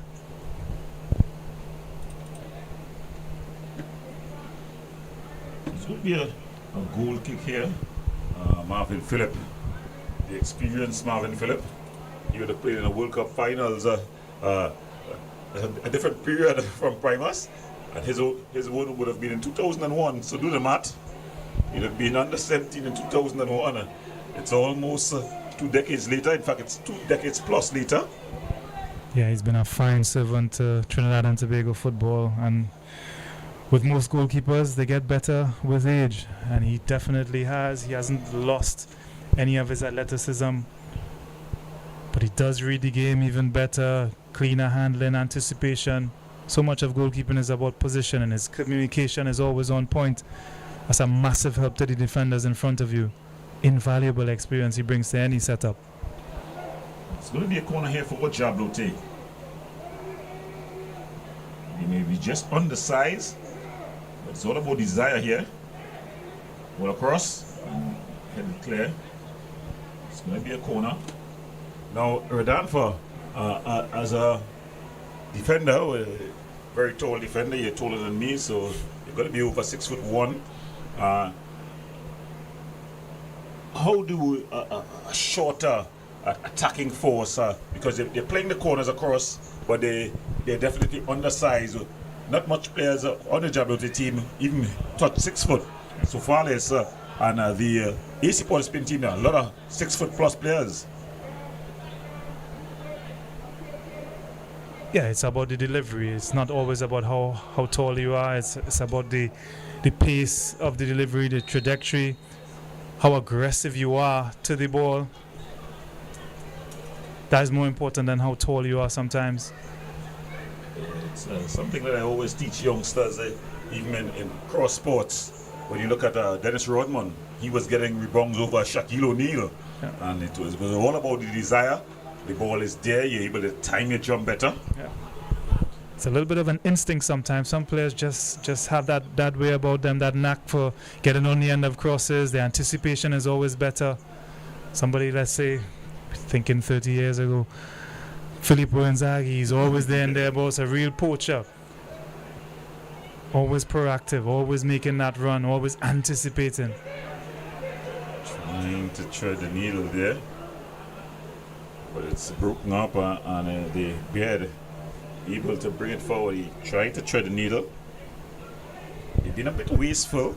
Nothing in the two attacking thirds to write home about just yet. All the football is played just here in the middle third. And then you get these sort of passes. Yeah, just the lone striker and Shays up front. Yes, Hiley and Wilson will join them from the flanks. Keza is playing a sort of withdrawn striker, almost like a 10. So Shays is a little bit isolated up front, as opposed to Jabloteh, who play a little more offensive-mindedly, at least in their structure, with Garcia and Sichan occupying the centre-backs of AC Port of Spain. So it's Sichan here, coming forward, a little wider to Fraser. Exchanging passes, Fraser! Charge down. Cleared not well. They're able to bear it. Sichan, ball across. This is the corner. Yeah. So it's going to be a corner for Jabloteh here. Good, that's excellent from Sichan, taking on his defender, forcing him to make a challenge. Defender did well though. Yeah, had to time it properly. He's in the box, any mistake there, and you know what happens next. It's going to be a corner on the right side. It's going to be taken with the left boot. Lendl Sween, the Salmon student, is going to take this one. Ball whipped in. Easily handled there by Marvin Phillip. Another keeper would be punching with the swing and swerve, but he confidently just pulled it in. And Keza, he's up against Zoom. We've seen the commitment from the young man. You say easy catch from Marvin, but he makes it look easy. That's a difficult ball to handle. Definitely difficult. He was swerving all over the place. Good service to spring the counter attack as well. Excellent recovery from Garcia. Not often you see strikers work that hard to get back and help out the defenders. Hernandez shaves, finding Charles. The two Easy Port Spin players getting each other away, and then it was Fraser trying to release. It was Sichan just using the wrong part of the boot. Really should have used his left foot or the outside of the right boot to get it curling back in.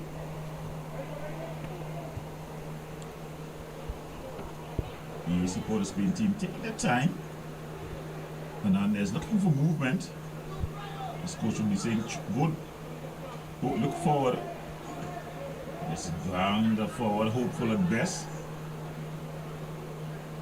Well handled there at the back by Jelani Peters. Russell Francois, the grandson of Ron Laffery. Just going with a play. Some classy genetics. Yeah, he's definitely got good genetics. The nice things, man. So you can expect him to play nice. Offensive header there. And forward. Place it forward.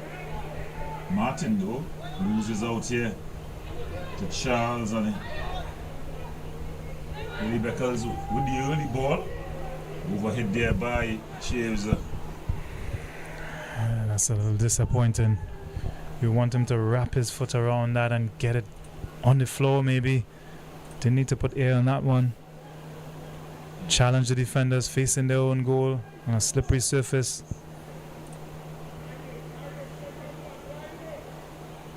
Good run from him. Francois, former St. Anthony's College man, gives it away cheaply.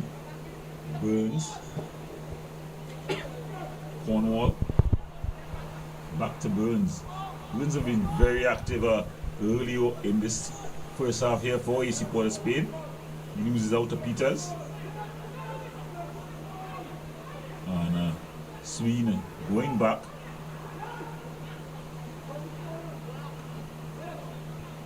Pretty much just anywhere will do that clearance. But Jelani Peters able to come back. Doing good defensive work here. Ball played forward, aimed at Garcia. We know how dangerous he is. On a platter. My goodness me, Sichan. It was good work from Garcia. He held up the ball excellently. Look at it here. Cut it inside on forward on a platter for Sichan. And unable to even get it on target there. A missed opportunity, Redan, for. Badness, really badness. Is he under pressure? Not enough for him to sky it in that manner. He should be hitting the target. Goalkeeper Philip at his mercy. It's a big miss. Really well done from Zoom to hold up the ball and put it into his path. Credit for him for getting up in support, but really should have done better with the finish. He should have done a whole lot better there. Look at it again. Good work from Darrell Garcia. And just laying it on a platter. He wasn't under any pressure. I think he missed his stride really. Stretching at the very last moment there. Probably losing his footing as well. Maybe perhaps the pass was a little bit overcooked. So Jabloteh with the first real opportunity. I think that's warning signs.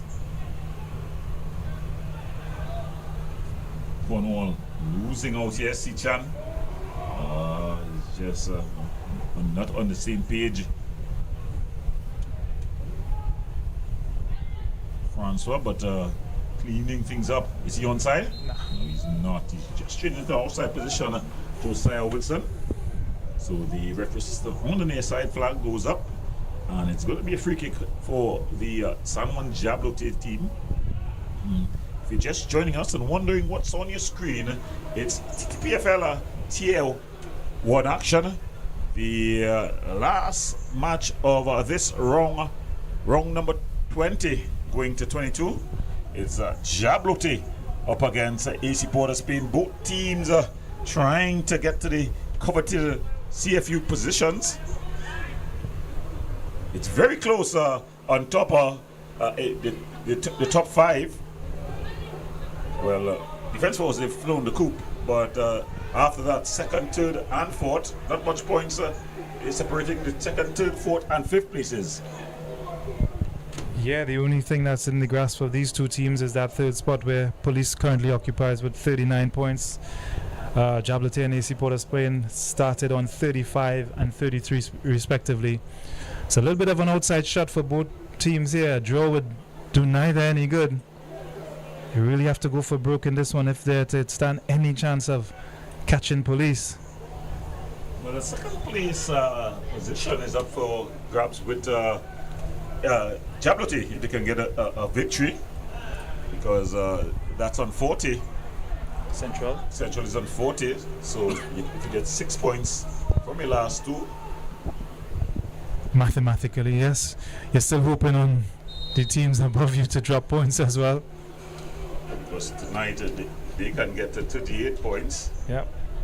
And then 38 all to play for in the last two games, and I think they're up against Police in one of those last two games. Yeah, for Central they have Prisons and La Hoqueta for their last two games, while Police has Club Sando and Point Fortin. So both teams ahead of them would fancy their chances of getting all 6 points, but if they slip up, Jabloteh still has to overcome Mova Caledonia and Club Sando, while AC Port of Spain, they have to get 6 points from La Hoqueta and Phoenix in their final game.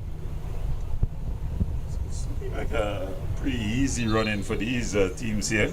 Interesting times ahead. It still more than likely will go down to the final match day, and sometimes it's just that pressure on the team above is enough to throw them off and force a slip up. Thrown back to the Port of Spain team by Andel Fraser.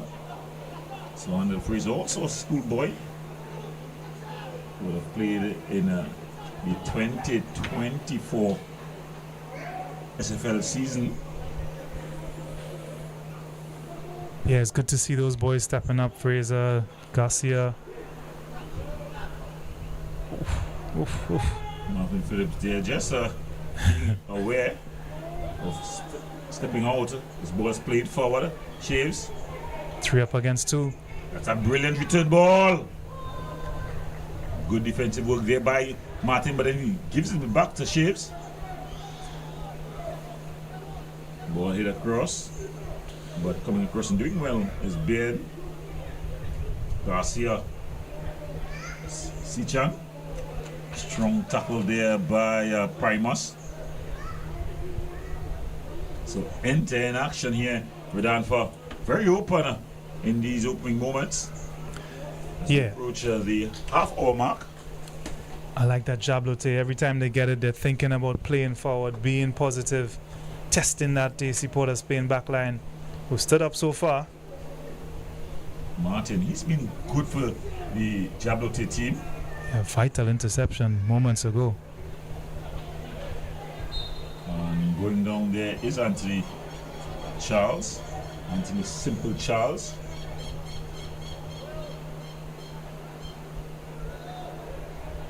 And Maurice Ford finds Primus all into the pocket. It was aimed at Kiza, but it's intercepted. Fraser cuts inside brilliantly here. And it's off the upright.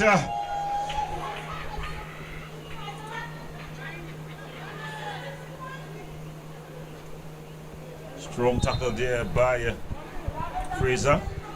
So another look at this one. Yeah, Burns just getting his wires crossed with Cornwall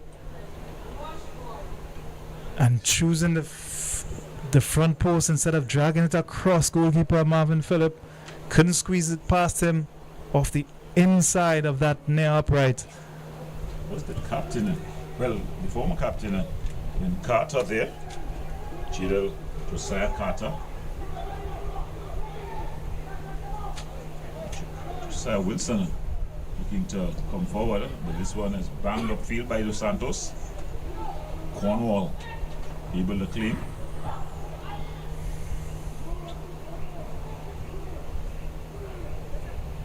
Ball played through Garcia. Still Garcia. Garcia still maintaining good possession here. That's a brilliant ball. Cornwall comes, does well, finds Primus. Very, I was not going to say very competent wing back. This Justin Cornwall. He can play multiple positions as well. It's done well so far. Yeah, but just before that, there were 2 men over for Jabloteh. Doug Garcia not able to get his head up in time and play them in. But he's done well, intelligently dropping in that pocket between the back line of AC Port of Spain and their midfield line.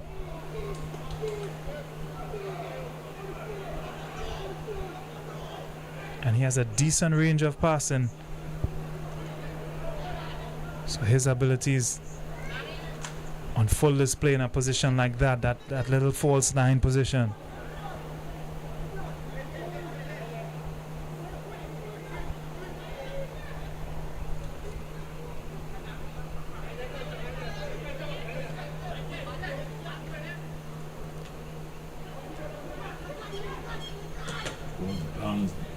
Does well there, Fraser. Of course, Fraser ball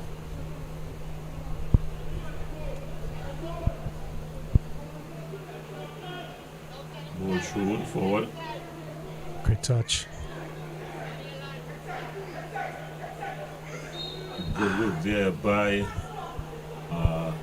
it was Charles finds himself getting a card for his troubles. Of course, referee lines right on spot. Let's have a look at it again. Yeah, great touch from Fraser, driving at the AC Port of Spain defense. Charles got on the wrong side of his attacker, so that deemed to be tackled from behind, although he did get the ball. He had to stop Fraser there. We're going to see the firepower of Francois. He can hit them from this distance. Marvin Phillip could be tested. You have to be a real scorcher to beat Marvin from here. But he's sizing it up.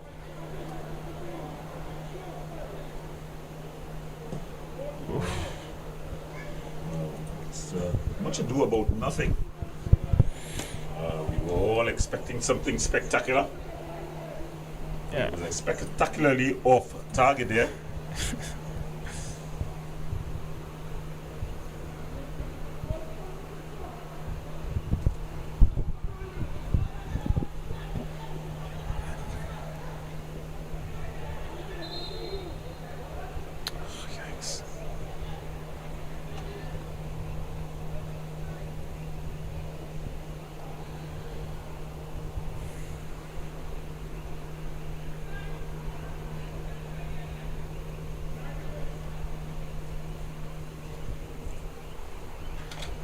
So another one of the youngsters on the pitch. This Kilon Hernandez, a player of Trinity College Mocha, and they've been promoted this season back to the Premiership. Of course, their coach Marlon Mingel, he stayed the course. Yeah, they restructured what they did at Trinity College, and it's paying dividends for them. I was the coach at Tranquil Secondary last season, and we played against them a couple times, and they're decent. They're quite decent, and I hope their players are able to stay on for this season so they have a taste of the Premiership football. So that's him here on the ball, playing simply into simple. That's Anthony Charles. It's a heavy tackle. Teaser. Strong tackle there by Francois. Got some of the ball, but the referee says some of the man as well. Look at it again. It's a little bit on the follow through. But the complaint from Jabloteh is that there was a similar tackle just before that. That wasn't given.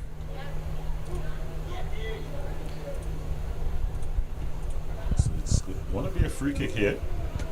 You would like one from.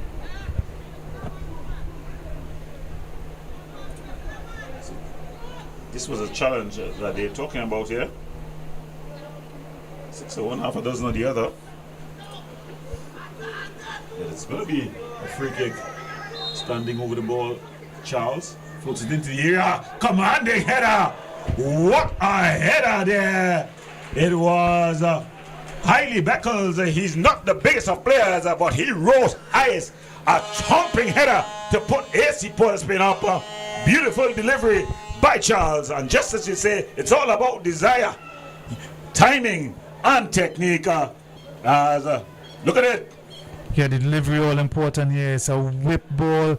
All the power generated already with the cross. Highly with that prodigious jump of his, able to rise the highest and direct his head up past Dos Santos, hapless Dos Santos. Nothing he could have done about that.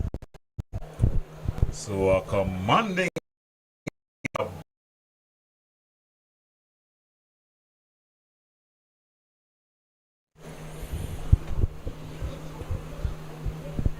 So the ball just going on a play. It's going to be AC Port of Spain throw.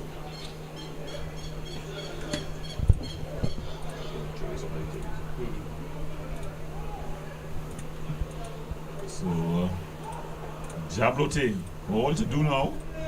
They had the two best opportunities before the goal scored. One crashing over the uprights, the other being skied by Sichan. But the old adage, miss at one end, you're made to pay at the other, stands tall. Yeah, and it's the first attempt at goal for AC Port of Spain. They haven't created much.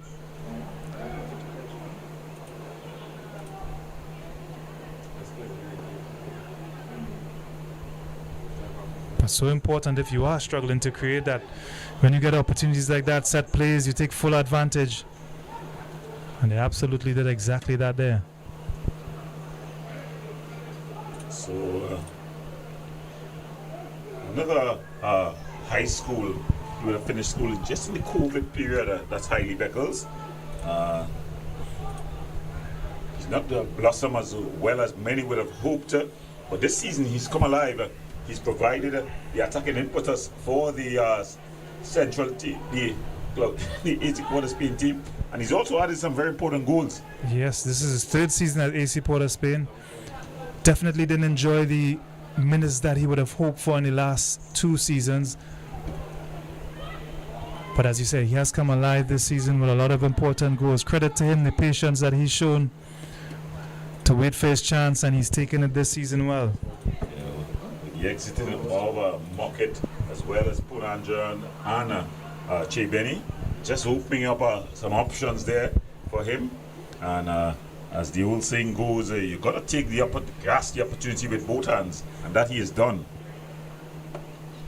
Yeah, he's one of the few players that has stepped up in the absence of those departures to show himself as a stalwart in this AC Port of Spain team. Big gaps left with those departures, and it has contributed to the rather feeble title defense this year from AC Port of Spain. Banged forward here. It's a bit overhit, overcooked, it goes out. So the Jabloteh team, they consider themselves a bit unlucky Yeah, they would have had the better over the early exchanges, but in this game called football, there's one stat that counts for deciding the game. That's in the goal column. There's no almost goals. As there, another save by Marvin Phillip. Yeah, we'll sucker punch that goal. That's the nature of the game. Shot from Sween. Swinging shot. Marvin Phillip getting low, just pushing it around the corner. So it's going to be corner here for the Jabloteh team.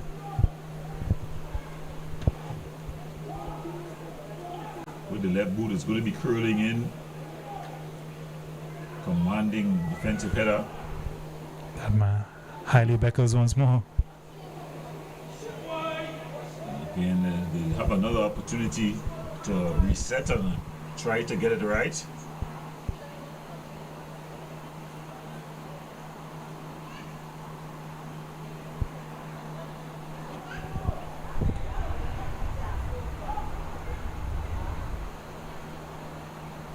So it's gonna be another corner.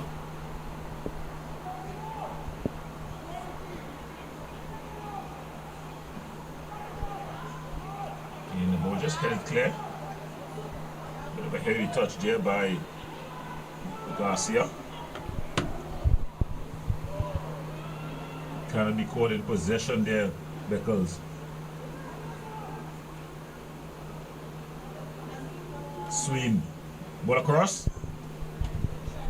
Still it's not able to clear. Ball hanged up at the last post. Jelani Peters. Garcia. Goes back to Martin. Then finding Garcia. Garcia with a shot. Wicked deflection, but it's easily handled by goalkeeper Marvin Phillip. An exclamation mark on made it look easy because of the deflection, takes a spin and a bubble. And the way these modern balls swerve around, that's not easy to handle, but clean handling. So often we see keepers spill that and give a second chance to the attacking players.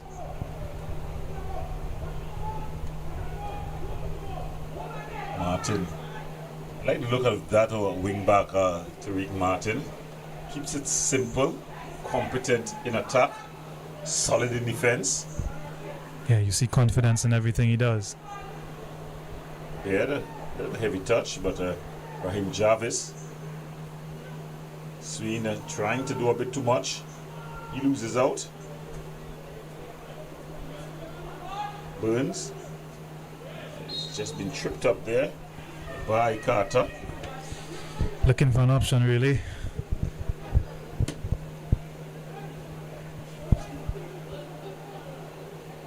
So as they approach 40 minutes in this one, the score is 1-0.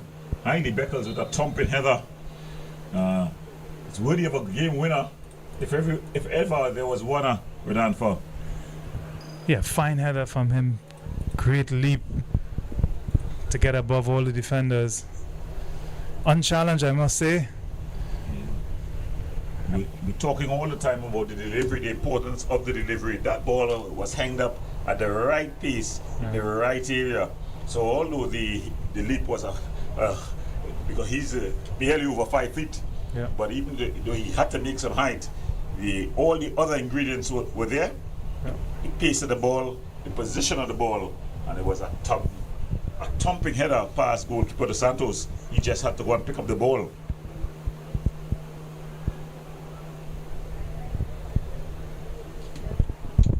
So just some good 90s to the village kid, the valley kid, and he's asking a question just about the status of Isaiah Bongo Leacock. Well, the good news is that he's been invited to the local team to train for the upcoming tour, the Unity Cup.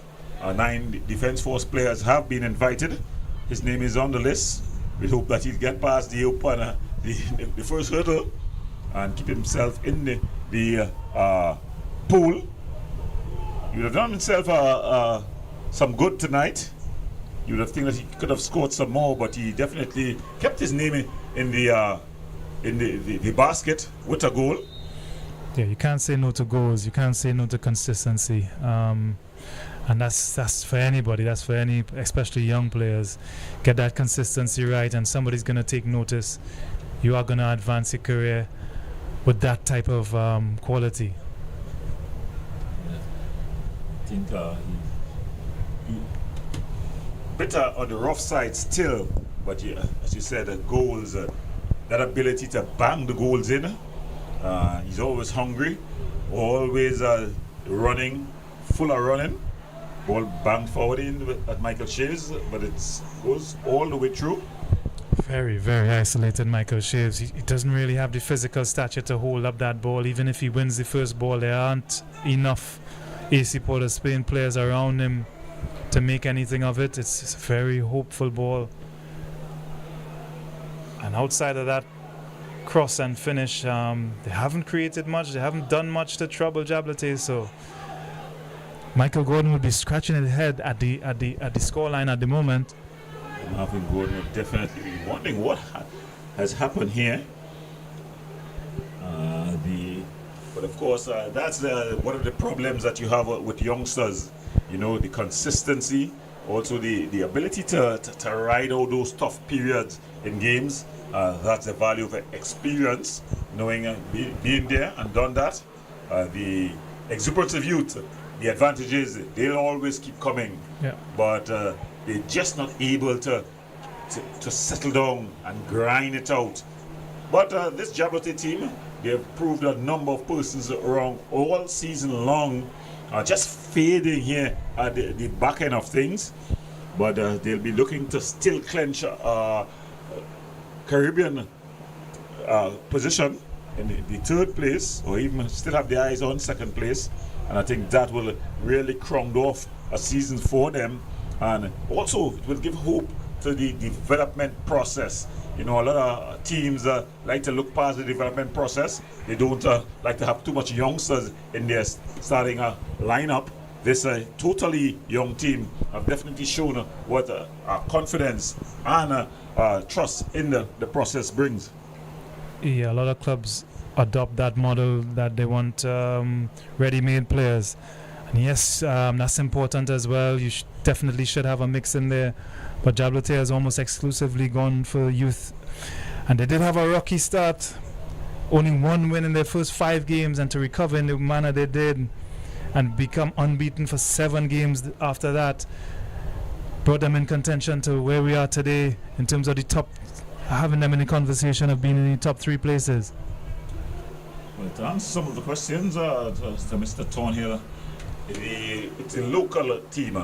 So, of course, if you have an unbeaten championship team, they will get the majority of the calls up to the local training team.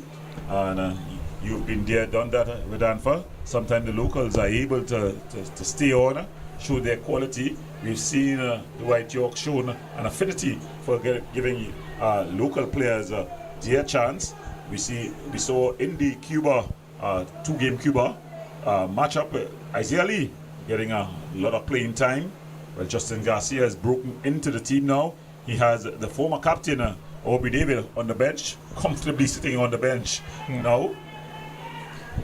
Yeah, the advantage of you being at home and being able to be part of those camps that are locally based, you get more time with the head coach rather than having to pick somebody that plays in a foreign land with foreign ideas.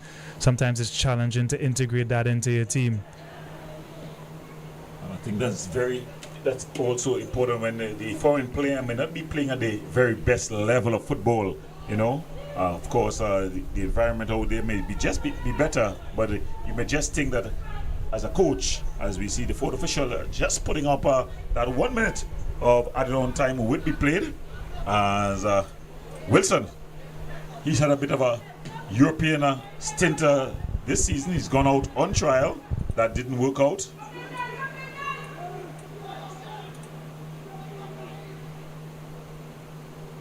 AC Port of Spain finishing is strong now though. They've gotten a bit of possession.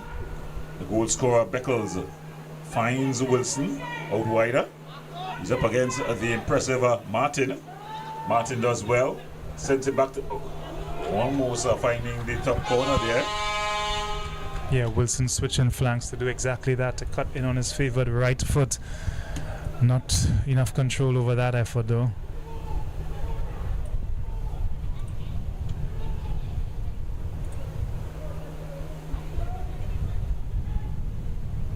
Some good work there from Primus. Stays forward. Shaves. Still shaves. And just flashing over. So they're finishing with a flurry here. The AC Port of Spain team. And that's the final whistle for the first half, as it brings the end to a very exciting first half. A half of, really of two halves. It started with the Jabloteh team on the offensive, but coming to the end, the AC Port of Spain team, after scoring the goal, they've gotten some confidence and they finished much stronger. Rodolfo. Yeah, but overall, I think Jabloteh will feel hard done by the result at halftime. It's been disappointed for them to go down the way they did, especially after all the opportunities they created on the other end. But that's the nature of the game, and they need to regroup here and come back stronger. Well, we're going to the break. When we come back, we'll have second action as Jabloteh, they continue their matchup against AC Port of Spain. AC leading 1-0.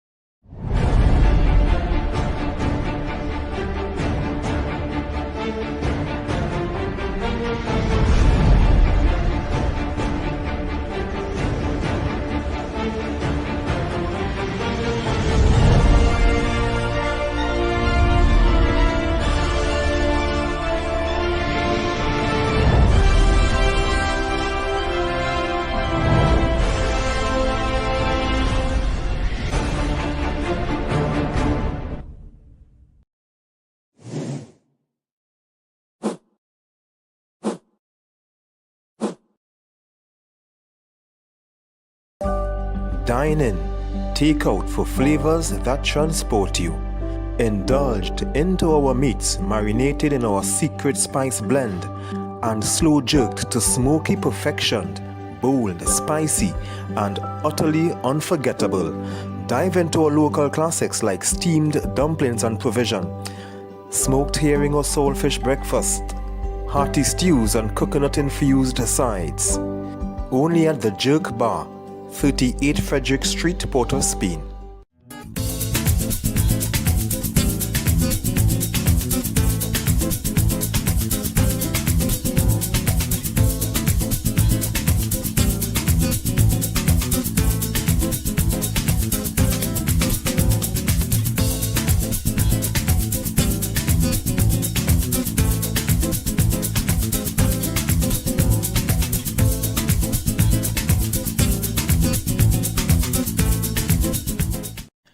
For all your catering needs, weddings, baby showers, sporting events, and much more, Rachel's Catering Services. WhatsApp at 715-0696.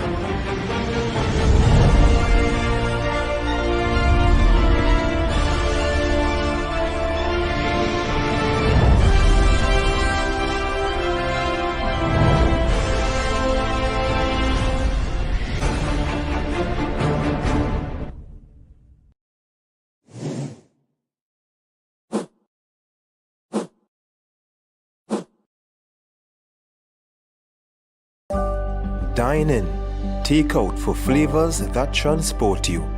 Indulged into our meats marinated in our secret spice blend and slow jerked to smoky perfection, bold, spicy, and utterly unforgettable. Dive into our local classics like steamed dumplings and provision, smoked herring or saltfish breakfast, hearty stews and coconut-infused sides. Only at the Jerk Bar, 38 Frederick Street, Port of Spain.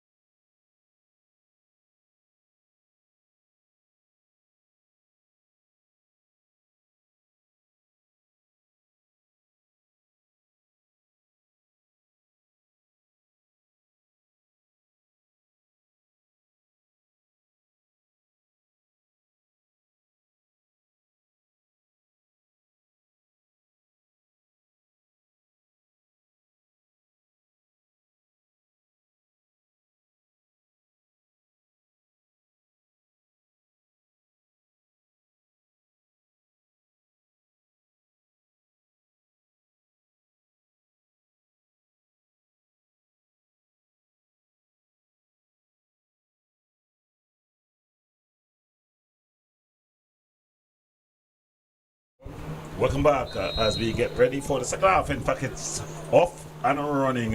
It's Jabloteh up against AC Port of Spain. AC Port of Spain are leading 1-0 at the halftime interval. It was Hailey Beckles with a spectacular goal to put his team up. We're done for all to play for in this 45 minutes. Yeah, of course, Jabloteh going to have to chase this game a little bit. They have to be as positive as they were in the first half. They just have to find that finishing touch, really. Ball just cleared out, goes out, and it's going to be throwing for the Jabloteh team. The Jabloteh team, they started like a house on fire. The early portion of the game a bit scrappy, but two good chances for Jabloteh, falling to Sichana and the number 8 Carter, sorry. Fraser turning his man one way then the other. There's two schoolboys mixing it up. One from St. Anthony's, the other from Trinity Mocha.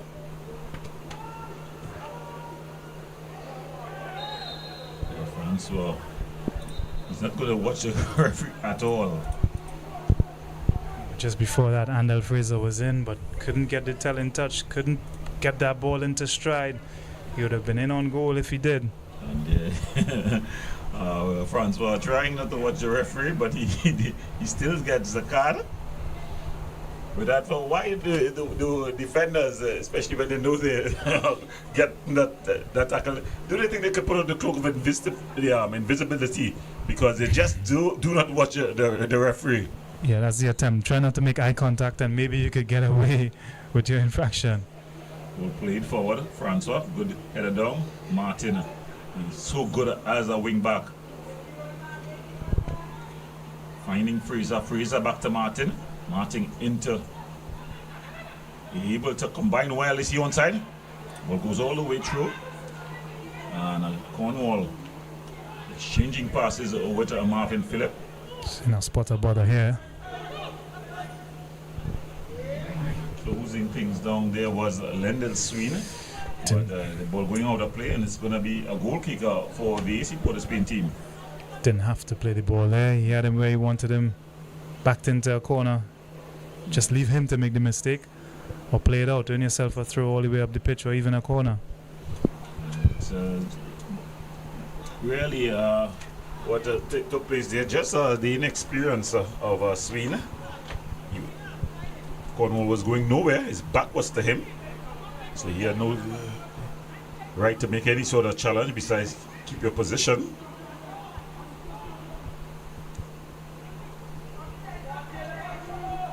But it's AC Port of Spain. The youngster Hernandez going back to Maurice Ford. Ford for shaves. Raheem Jarvis going back to his goalkeeper Dos Santos. You see two former AC Port of Spain players. Before that, Rahima would have played with Real Westford. His first movement from the zonal teams. He'd have played with Marval, a leader there. He would organize the Marval team, doing all the work, tireless work. And then he came to Real Westford when they played in the Ascension at the restart of football after COVID. Was always a leader of men in terms of his personality, a quiet leader, not those loud shouting ones. Yeah, play with him at AC, a real gentleman, decent player as well. Leads by example rather than, as you say, with all the noise. Good to see him here as the captain of this fairly young outfit. He'll definitely be the senior statesman there. Another senior statesman putting in a tackle there was Marvin Phillip. Timely one it was. Yeah, sold him short on the pass there. Not sure if it was intended for him. Probably was intended for Hernandez. So it's going to be a throw in here. Martin throws it in. Carter. Dealt with it well in the end, Marvin. Jelani Peters. Sween has been badged over here by Hailey. Jelani Peters goes all the way across to Francois. course, Francois, former St. Anthony's College player, resident of Silots, in East Port of Spain.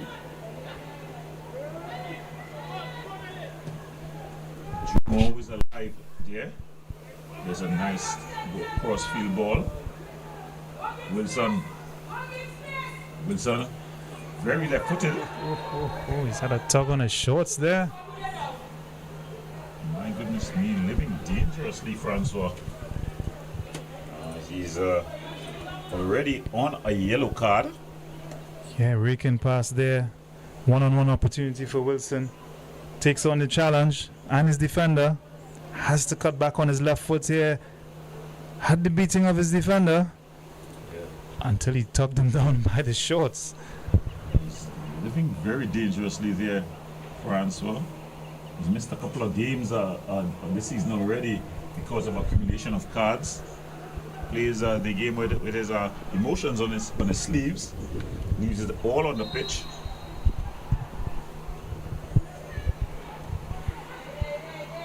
It's going to be a free kick here.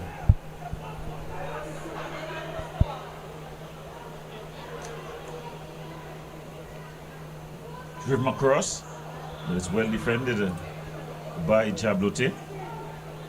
Hernandez. Burns. It's broken up. But then some good work there by Hernandez. He's come forward and stayed forward. Michael Shays has gone down. No call by the referee. Lyndon Swain. He's got Sichan. Inside. Forward Sichan. Oh, brilliant goalkeeping by Marvin Phillip. He's on his keep there tonight. What a challenge that is. 10 yards out of the goal.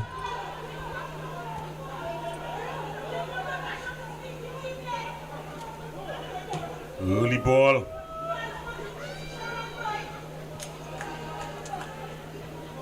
Fraser. Oh, he's just gone out of play. It all started when both teams paused as Shays went down.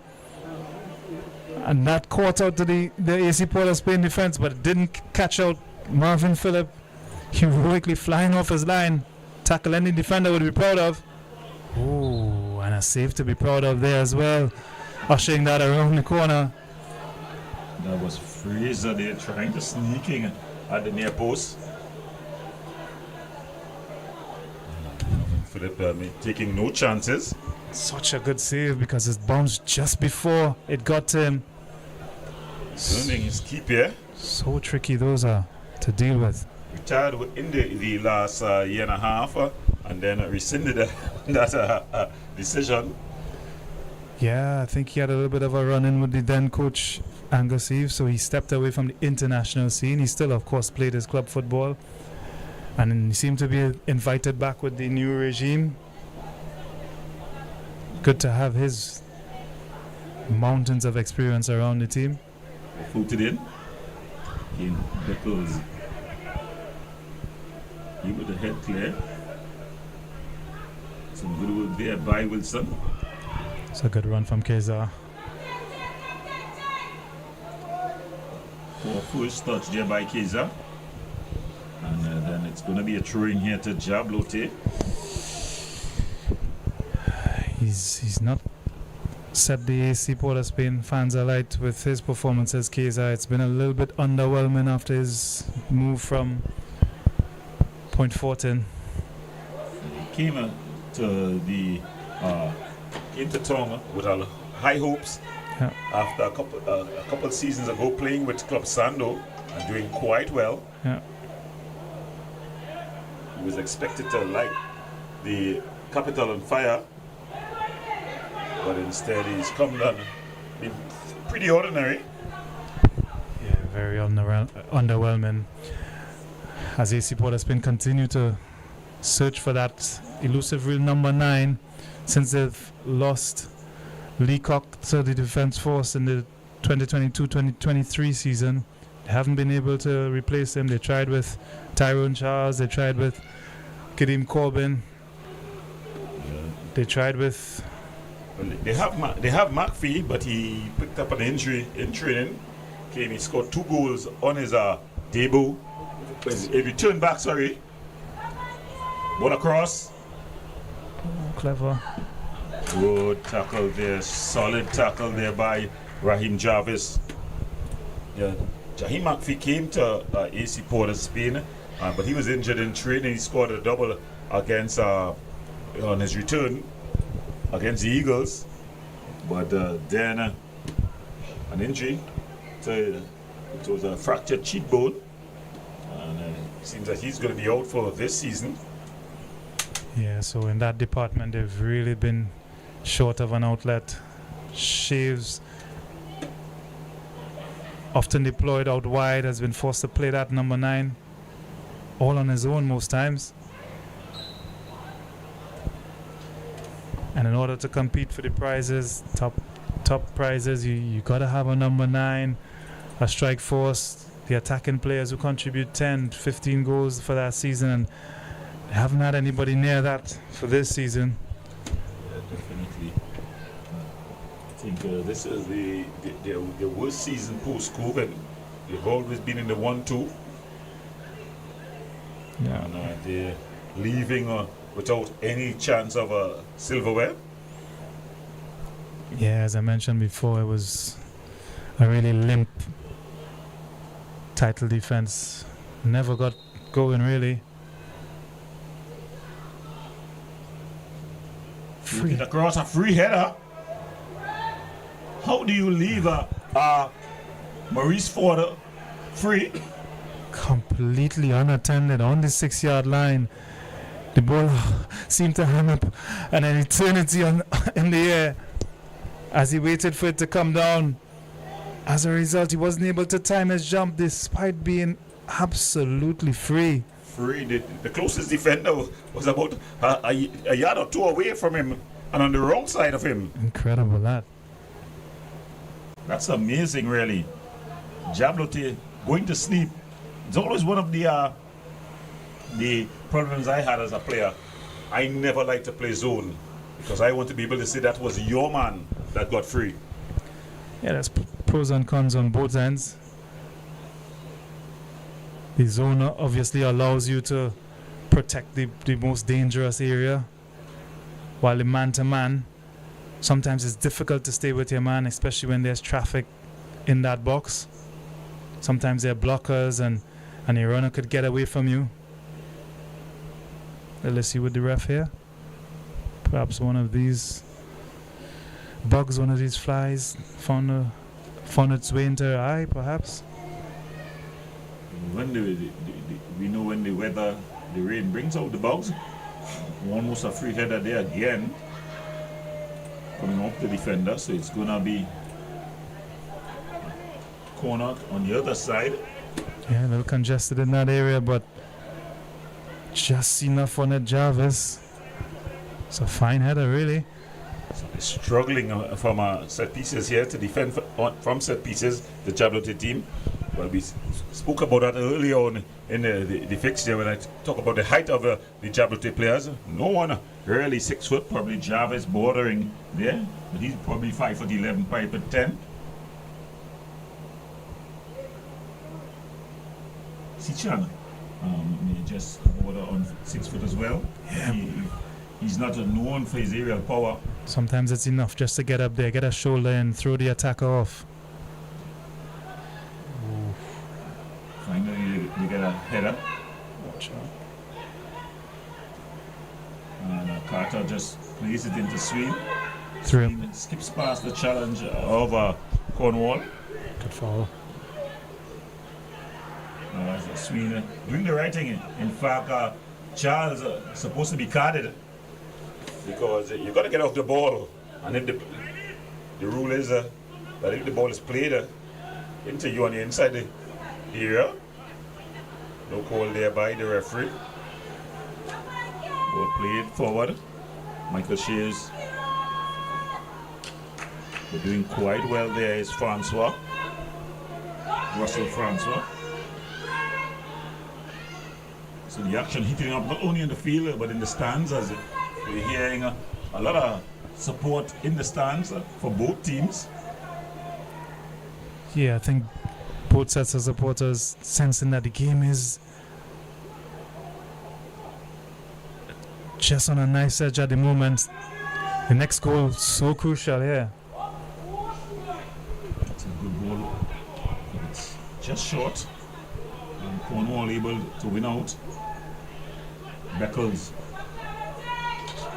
trying to do too much. Carter finds Garcia.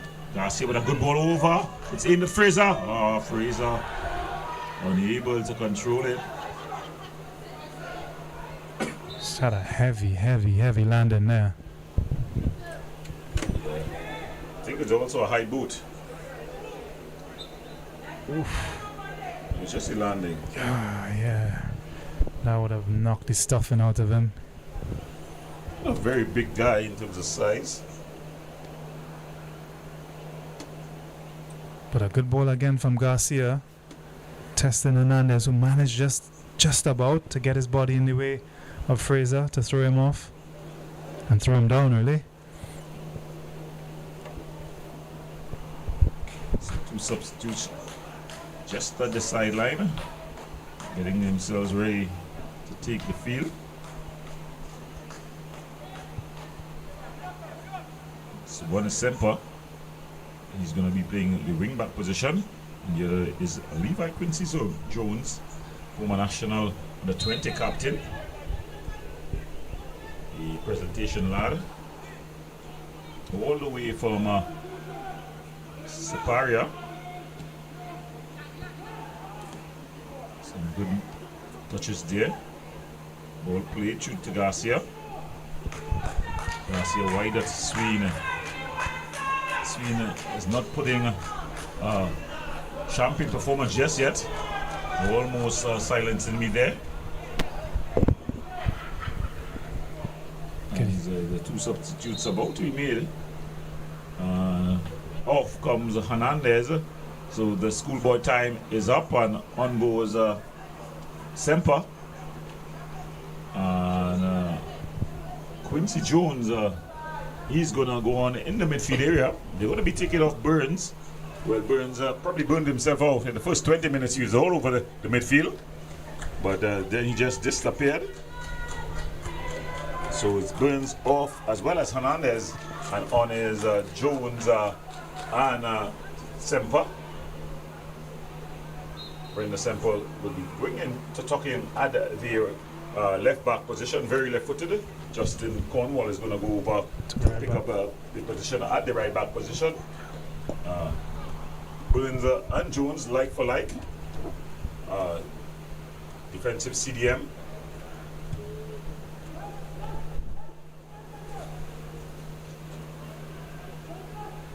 But here comes Jabloteh. Maurice Ford goes back to Marvin Phillip. Phillip bangs this one forward. Oh. And she's not challenging for the ball. Going over the top there was Jarvis.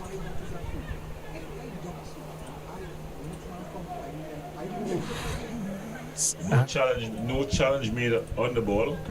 No challenge was made on the ball, so definitely by the rule book, it is a foul. If I break the man that fly, how that is a foul? You I just always want to know why that is a foul. If break the man that fly. ball played over the top. Sween. He's up against Semper. Peters. And it's gone down easily there, Cornwall. Bailed out by the referee. Your thoughts on that, Bidanfa? He probably just got his legs caught up with the defender. Oof. Basketball is a term for that. Flopping its skull. So it's going to be Marvin Phillip. Good commanding header.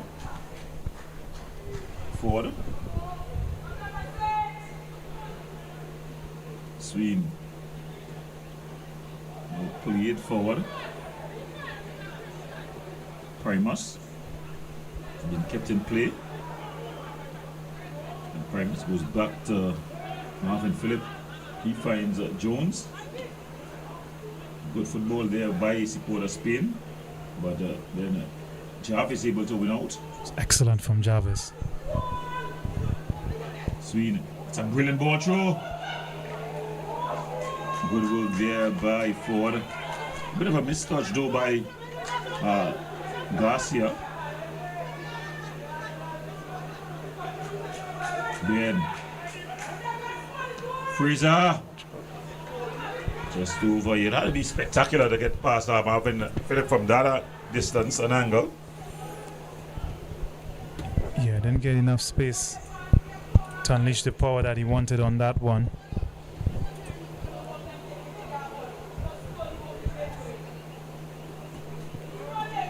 So Marvin Phillip is going to take his time.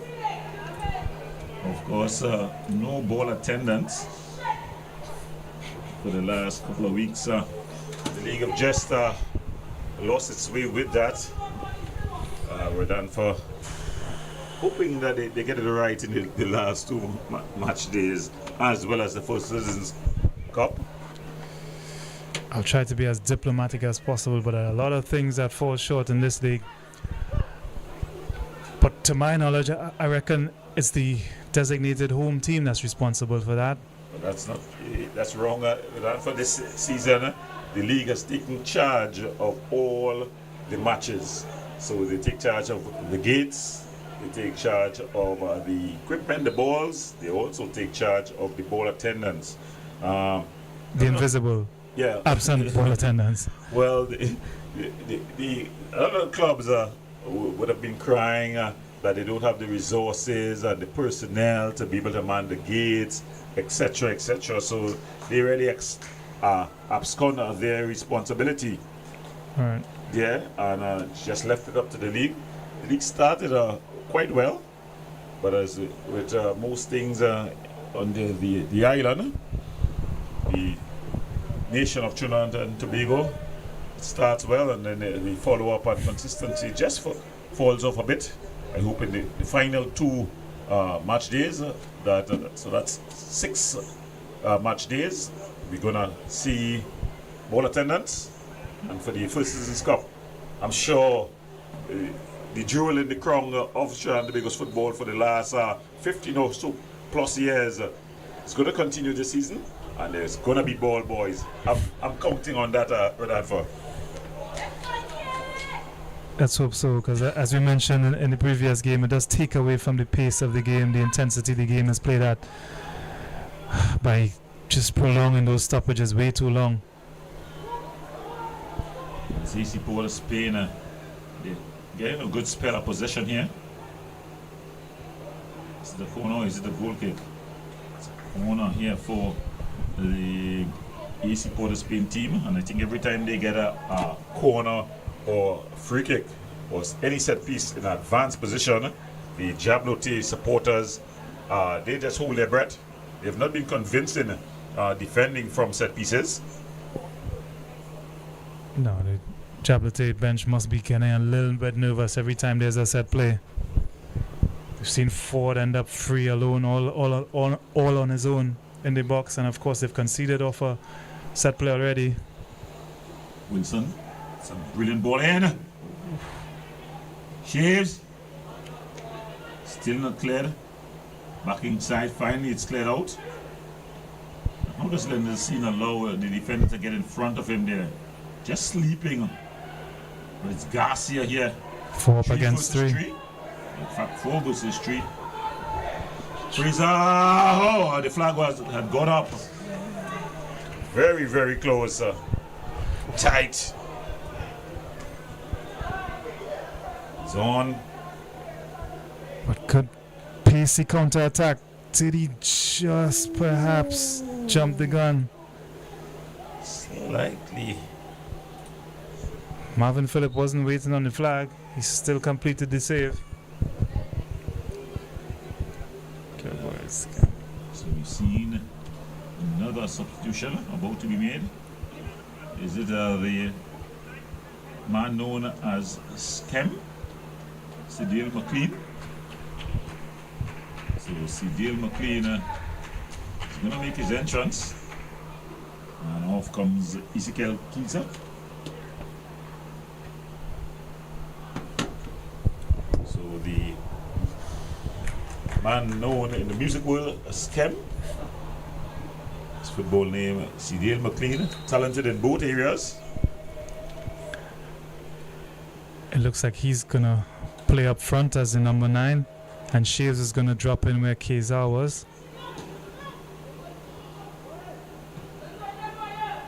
France were able to clear. Shaves loves to play in the pocket. I think that's his strongest position. Yeah. Just playing off the number 9.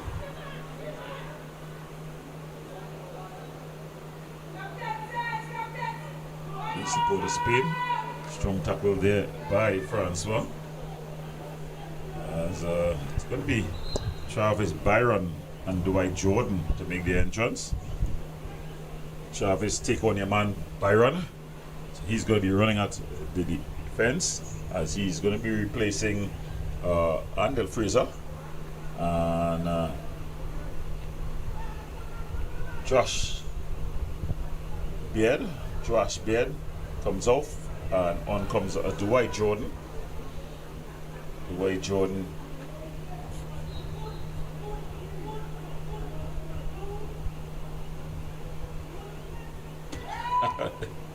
yes, trying to not call as many nicknames, but of course providing that community feel for just trying to familiarize the fans with the players as we try to create stars. For Yeah, Duff was your was your nickname. Yeah. No need to introduce that here, though. Too late. Well, a special good night to Cornell Glenn, your former teammate, fiery character on the pitch. When he's off the pitch, you wouldn't recognize the guy. But in competition, it can get very, very heated.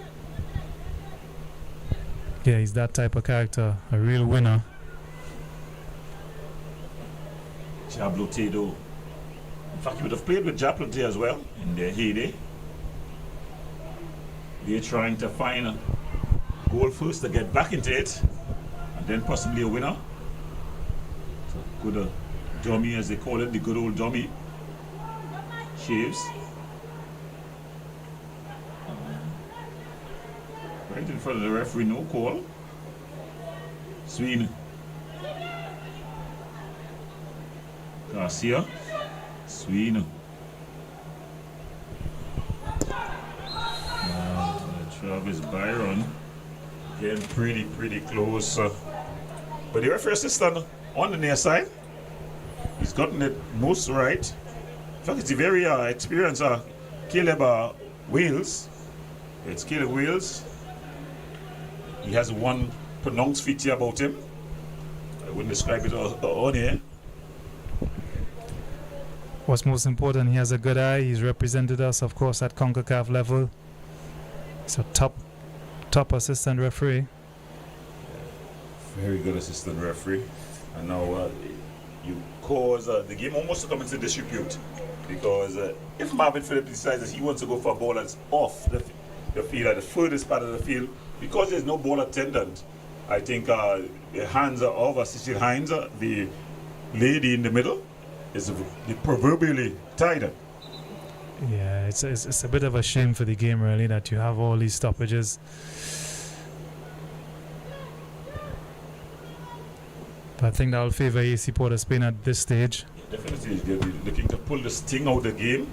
The Jabloteh team, it also takes away from their natural game. They want to be running at you. They want the ball to be back on the pitch before you can breathe, catch your breath. Yeah. You know, when the ball goes out of play. And it's a red card.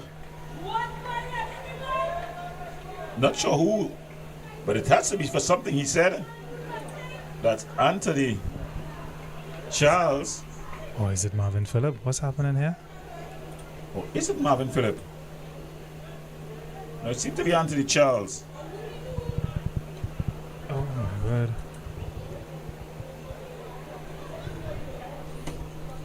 Yeah, he's up in the face. He gets a yellow. Definitely something he said. Certainly wasn't a tackle. And there he's gone. So we were just talking about that he has to go directly to the dressing room. We were just talking about that, and this would have led directly from the ball attendants, the non-present ball attendants, because probably Cecil Hines would have been telling Marvin Phillip, I don't want to speculate, but that conversation just to get things going, and he would have said something that she would have deemed inappropriate. Francois goes back to the Santos. It seemed to be a second yellow. Yeah, really odd one that. Yeah. So AC Port Spain down to 10 men. Last evening, a 9-man Caledonia team was able to battle back against Prisons. But AC Port Spain is no Prisons FC.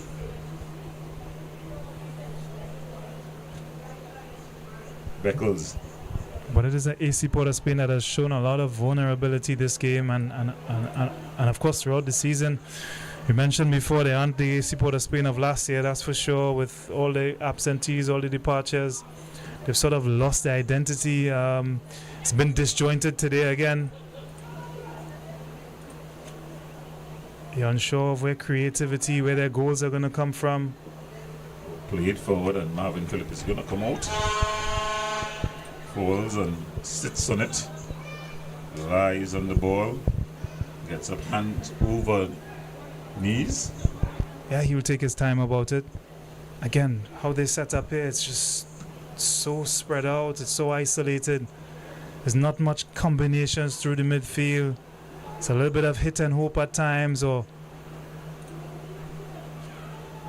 watch it. Going for a bit of a run there, no call. She is winning out. And then a bit of a handled ball here.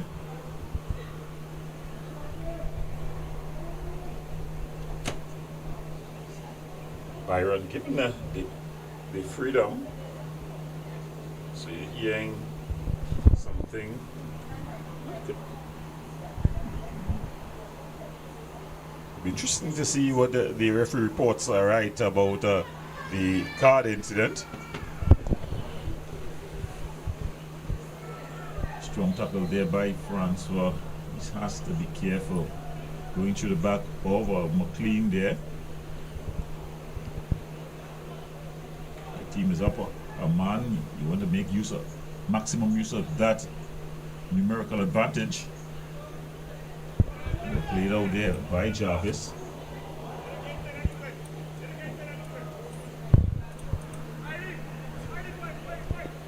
yeah, they're running out of time a bit. Just over 10 minutes left for Dwight Jordan, Travis Byron, who've just been introduced, to make an impact on this one. There'll be some weary legs in the AC Port of Spain defense. Of course, they're playing with one man down. They really have to go for it here. So it'll be a long throw here. Semper. He has that in his arsenal. Thrown into the area.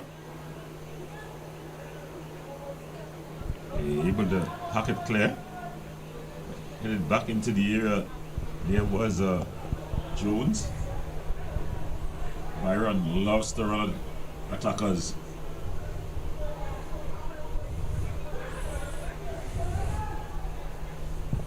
Sweden would also like to go for some runs here. He's up against Semper. Ball floated across the area. Excellent defensive header. It's an excellent header there by Cornwall. Timed his jump well under pressure. He's gone down for a bit of cramp. He's just flicking that one on. Not only made contact but directed it away from the danger. Not out of the woods yet. Still have this corner to contend with. Focus into the area. Good defensive header by Jones. Francois. Still Francois. Good ball.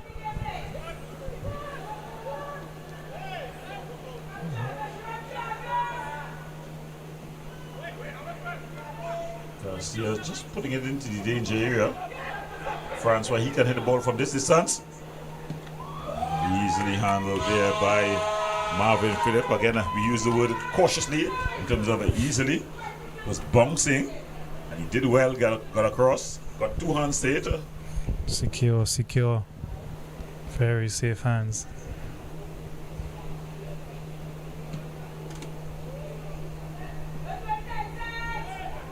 Martin there just rolling out, and then simple cheeky foul by Jordan on Jones. They're in no great hurry, just taking the sting out of this game. And Robert Primus realigning the ball, finds Ford. Ford with a shot from distance, probably saying if young Francois is a centre back and he can do it, I can do it better. But I think the man in green looked a whole lot better than the man in red, white and black tonight in terms of that shot. Yeah, but that's symptomatic again of a little bit of what I said before. They don't play through midfield as they used to. Whether it's a function of the system or perhaps more likely the case because of the lack of personnel they have. It's a brilliant ball through. Beckles into the back of the net. Hailey Beckles with the dagger in the heart of Jabloteh. It was a good ball through. A telling run. He shook off the challenge of Martin. Held on to it. The early ball by Wilson. He held off the challenge. Dos Santos not knowing where he was, overcommitting to the first pose, but take nothing away from the finish. Hailey Beckles, his double, separates these two teams. Yeah, for one of the few times Wilson has come inside to combine with his midfielders, and one of the first time as well, Beckles has come off the line and threatened in behind his fullback. For a moment I thought the angle was too tight and the defender did well enough, but somehow he squeezed it past Dos Santos and into the far post. Fine finish on the double Hailey Beckles tonight.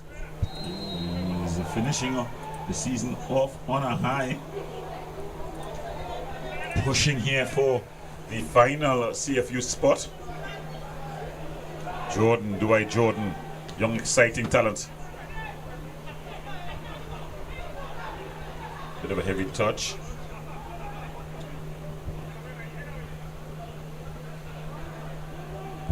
Carter wider to Byron. Byron with the early ball across. Headed down. Strong tackle there. And they have to chase the ball. Once again, that's from a Jabloteh's perspective, so disappointing. Really came out of nothing. But give credit to Wilson. Well weighted pass. Good ambition finally from Hailey to get in behind his fullback. An angle tight, but he was brave enough to have a go. And rewarded with a goal. So down to 10 men, no problem. Who are you going to call? Hailey Beckles. Hailey Beckles there, showing up a larger in charge for AC Port of Spain. Yeah, one of the few bright lights coming out of a very disappointing season really for AC Port of Spain. His two goals here might help them salvage something later on in the season. So Hailey Beckles, the former St. Anthony's College man, the resident of Belmont.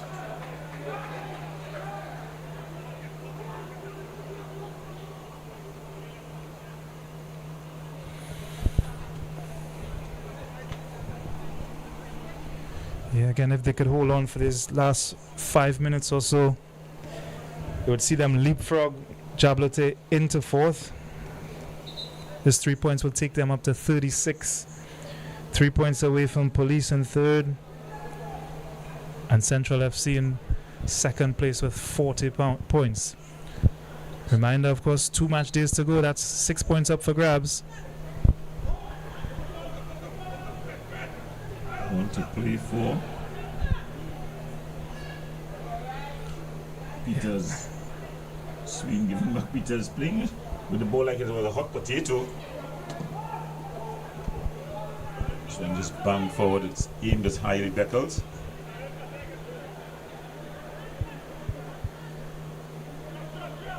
You know, when you're Trinidad and you name your son Hailey, you have a strong religious or Pan-African feeling, named after, no doubt, Haile Selassie, the Ethiopian emperor.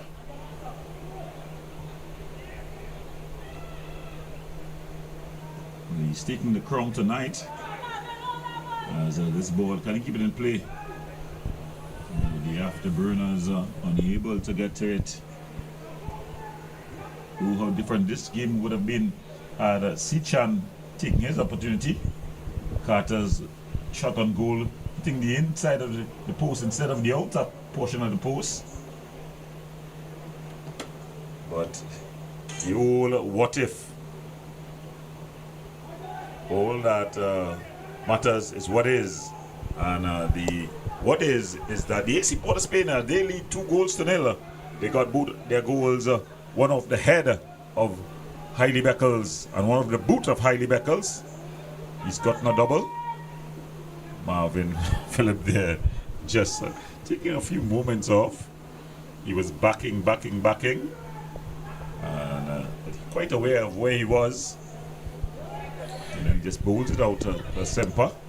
Yeah, Marvin, of course, coming up with a few timely interventions to keep Jabloteh at bay. And as you said, it could have been a totally different complexion to this game if those opportunities had been taken from Jabloteh.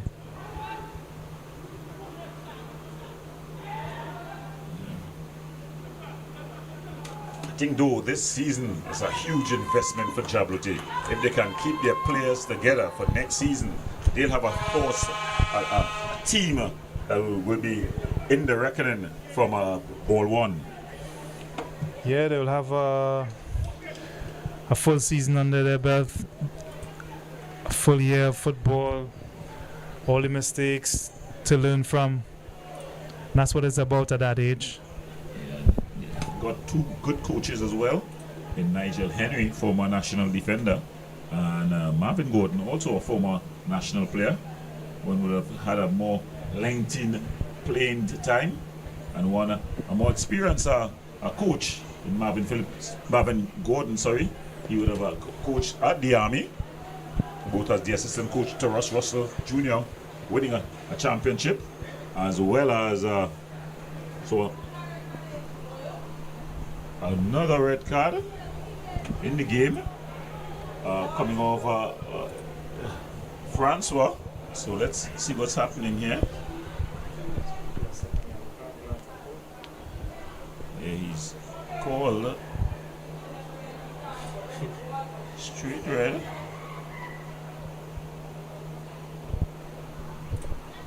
My goodness me. Again, inexperienced there really. He was on a yellow card early on.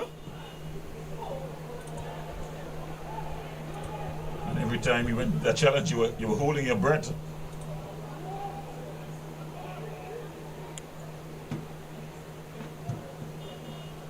Shaves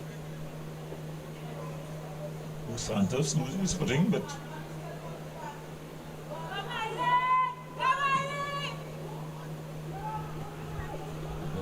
just cut out there. Beckles trying to get his hat trick. So both teams are down to 10 men. Byron finding Jelani Peters. He finds Sween. It's a good one-time ball. The White Jordan shakes off the challenge there. How about Jones? No call by the referee. One down in slow motion there. Ryan Jarvis just giving that ball there to Sadil McLean. McLean, it's a good ball to Wilson. Wilson up against Jarvis. Fidel McLean finding Wilson, and he'll just walk the ball down into the corner. Jarvis though pulling out. Strong tackle there by Ford. Double challenge. He has to get into the referee's book here. No call by the referee. I mean, no card by the referee. It's lucky to get away with that. Very high on the follow through. Ball out wider. Garcia. Garcia, besides the early part of the first half, he's been a non-factor in this one. Yeah, he's faded away a bit.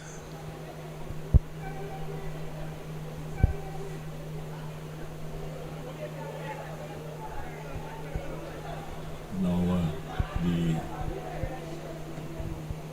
work is left to be done here. Lyndon Sween goes down. Finally blows the whistle. So it's just meandering now to the final whistle. I think the fourth official would have said that 3 minutes of added on time would be played. So looking for a consolation goal here really. Jabloteh.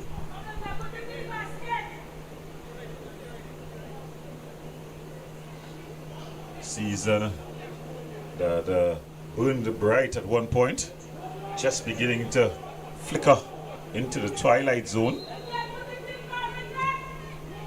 One floated over, but it's Flag for offside. flag for offside, and Marvin Phillips is going to take his time. Yeah, the ball floated across. Yeah, it just started a bit too early there.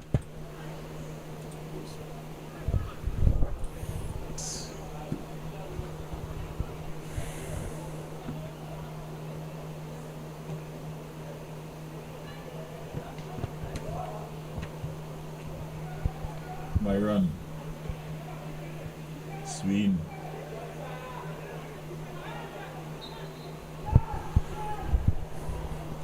Yeah, with just 2 wrongs to go, it looks like Jabloteh are as good a season as they would have had it. They're gonna come up empty-handed. Doesn't look like their season's gonna go and extend itself into the. It's into the back of the net. Cedille McLean, he's come on, and he knows how to celebrate. He'll find himself in the referee's book as well. A nice run there by Wilson. McLean passing it into the goal. He's scored many of time like that. And then watch the celebration. Is it the blind leading the blind? Definitely a message in the celebration, one that I can't decipher. So, AC Port of Spain, the final nail in the proverbial coffin. Wilson with the pass, McLean with the finish. So 2 assists for Wilson. He's done well for his team. And AC Port of Spain, they keep their hopes of the CFU position alive. Jabloteh will have to, as the saying goes, wheel and come again. And that's the final whistle. So at the final blast of referee Sisson Hines' whistle, it's AC Port of Spain 3, Jabloteh 0. Rodolfo, your thoughts on this one? Yeah, overall, I think AC Port of Spain deserved to win only because they were more clinical in front of goal. Jabloteh arguably had the better of the game, but unable to put away their chances, and AC Port of Spain in the end able to put away theirs. 3-0 winners. Well, miss your chances, you lose the matches. That's the old adage. So Jabloteh, they crashed 3-0 defeat to AC Port of Spain. Well, from all of us here, I want to thank you for viewing another edition of the TTPFL Tier 1 right here on Wave TV. So join us this coming week as we join the first Citizens Cup at the quarterfinal stage and bring you all the action in the TTPFL going forward. So, from my executive producer, Mr. Ian Weaston, I want to wish you good night and good luck.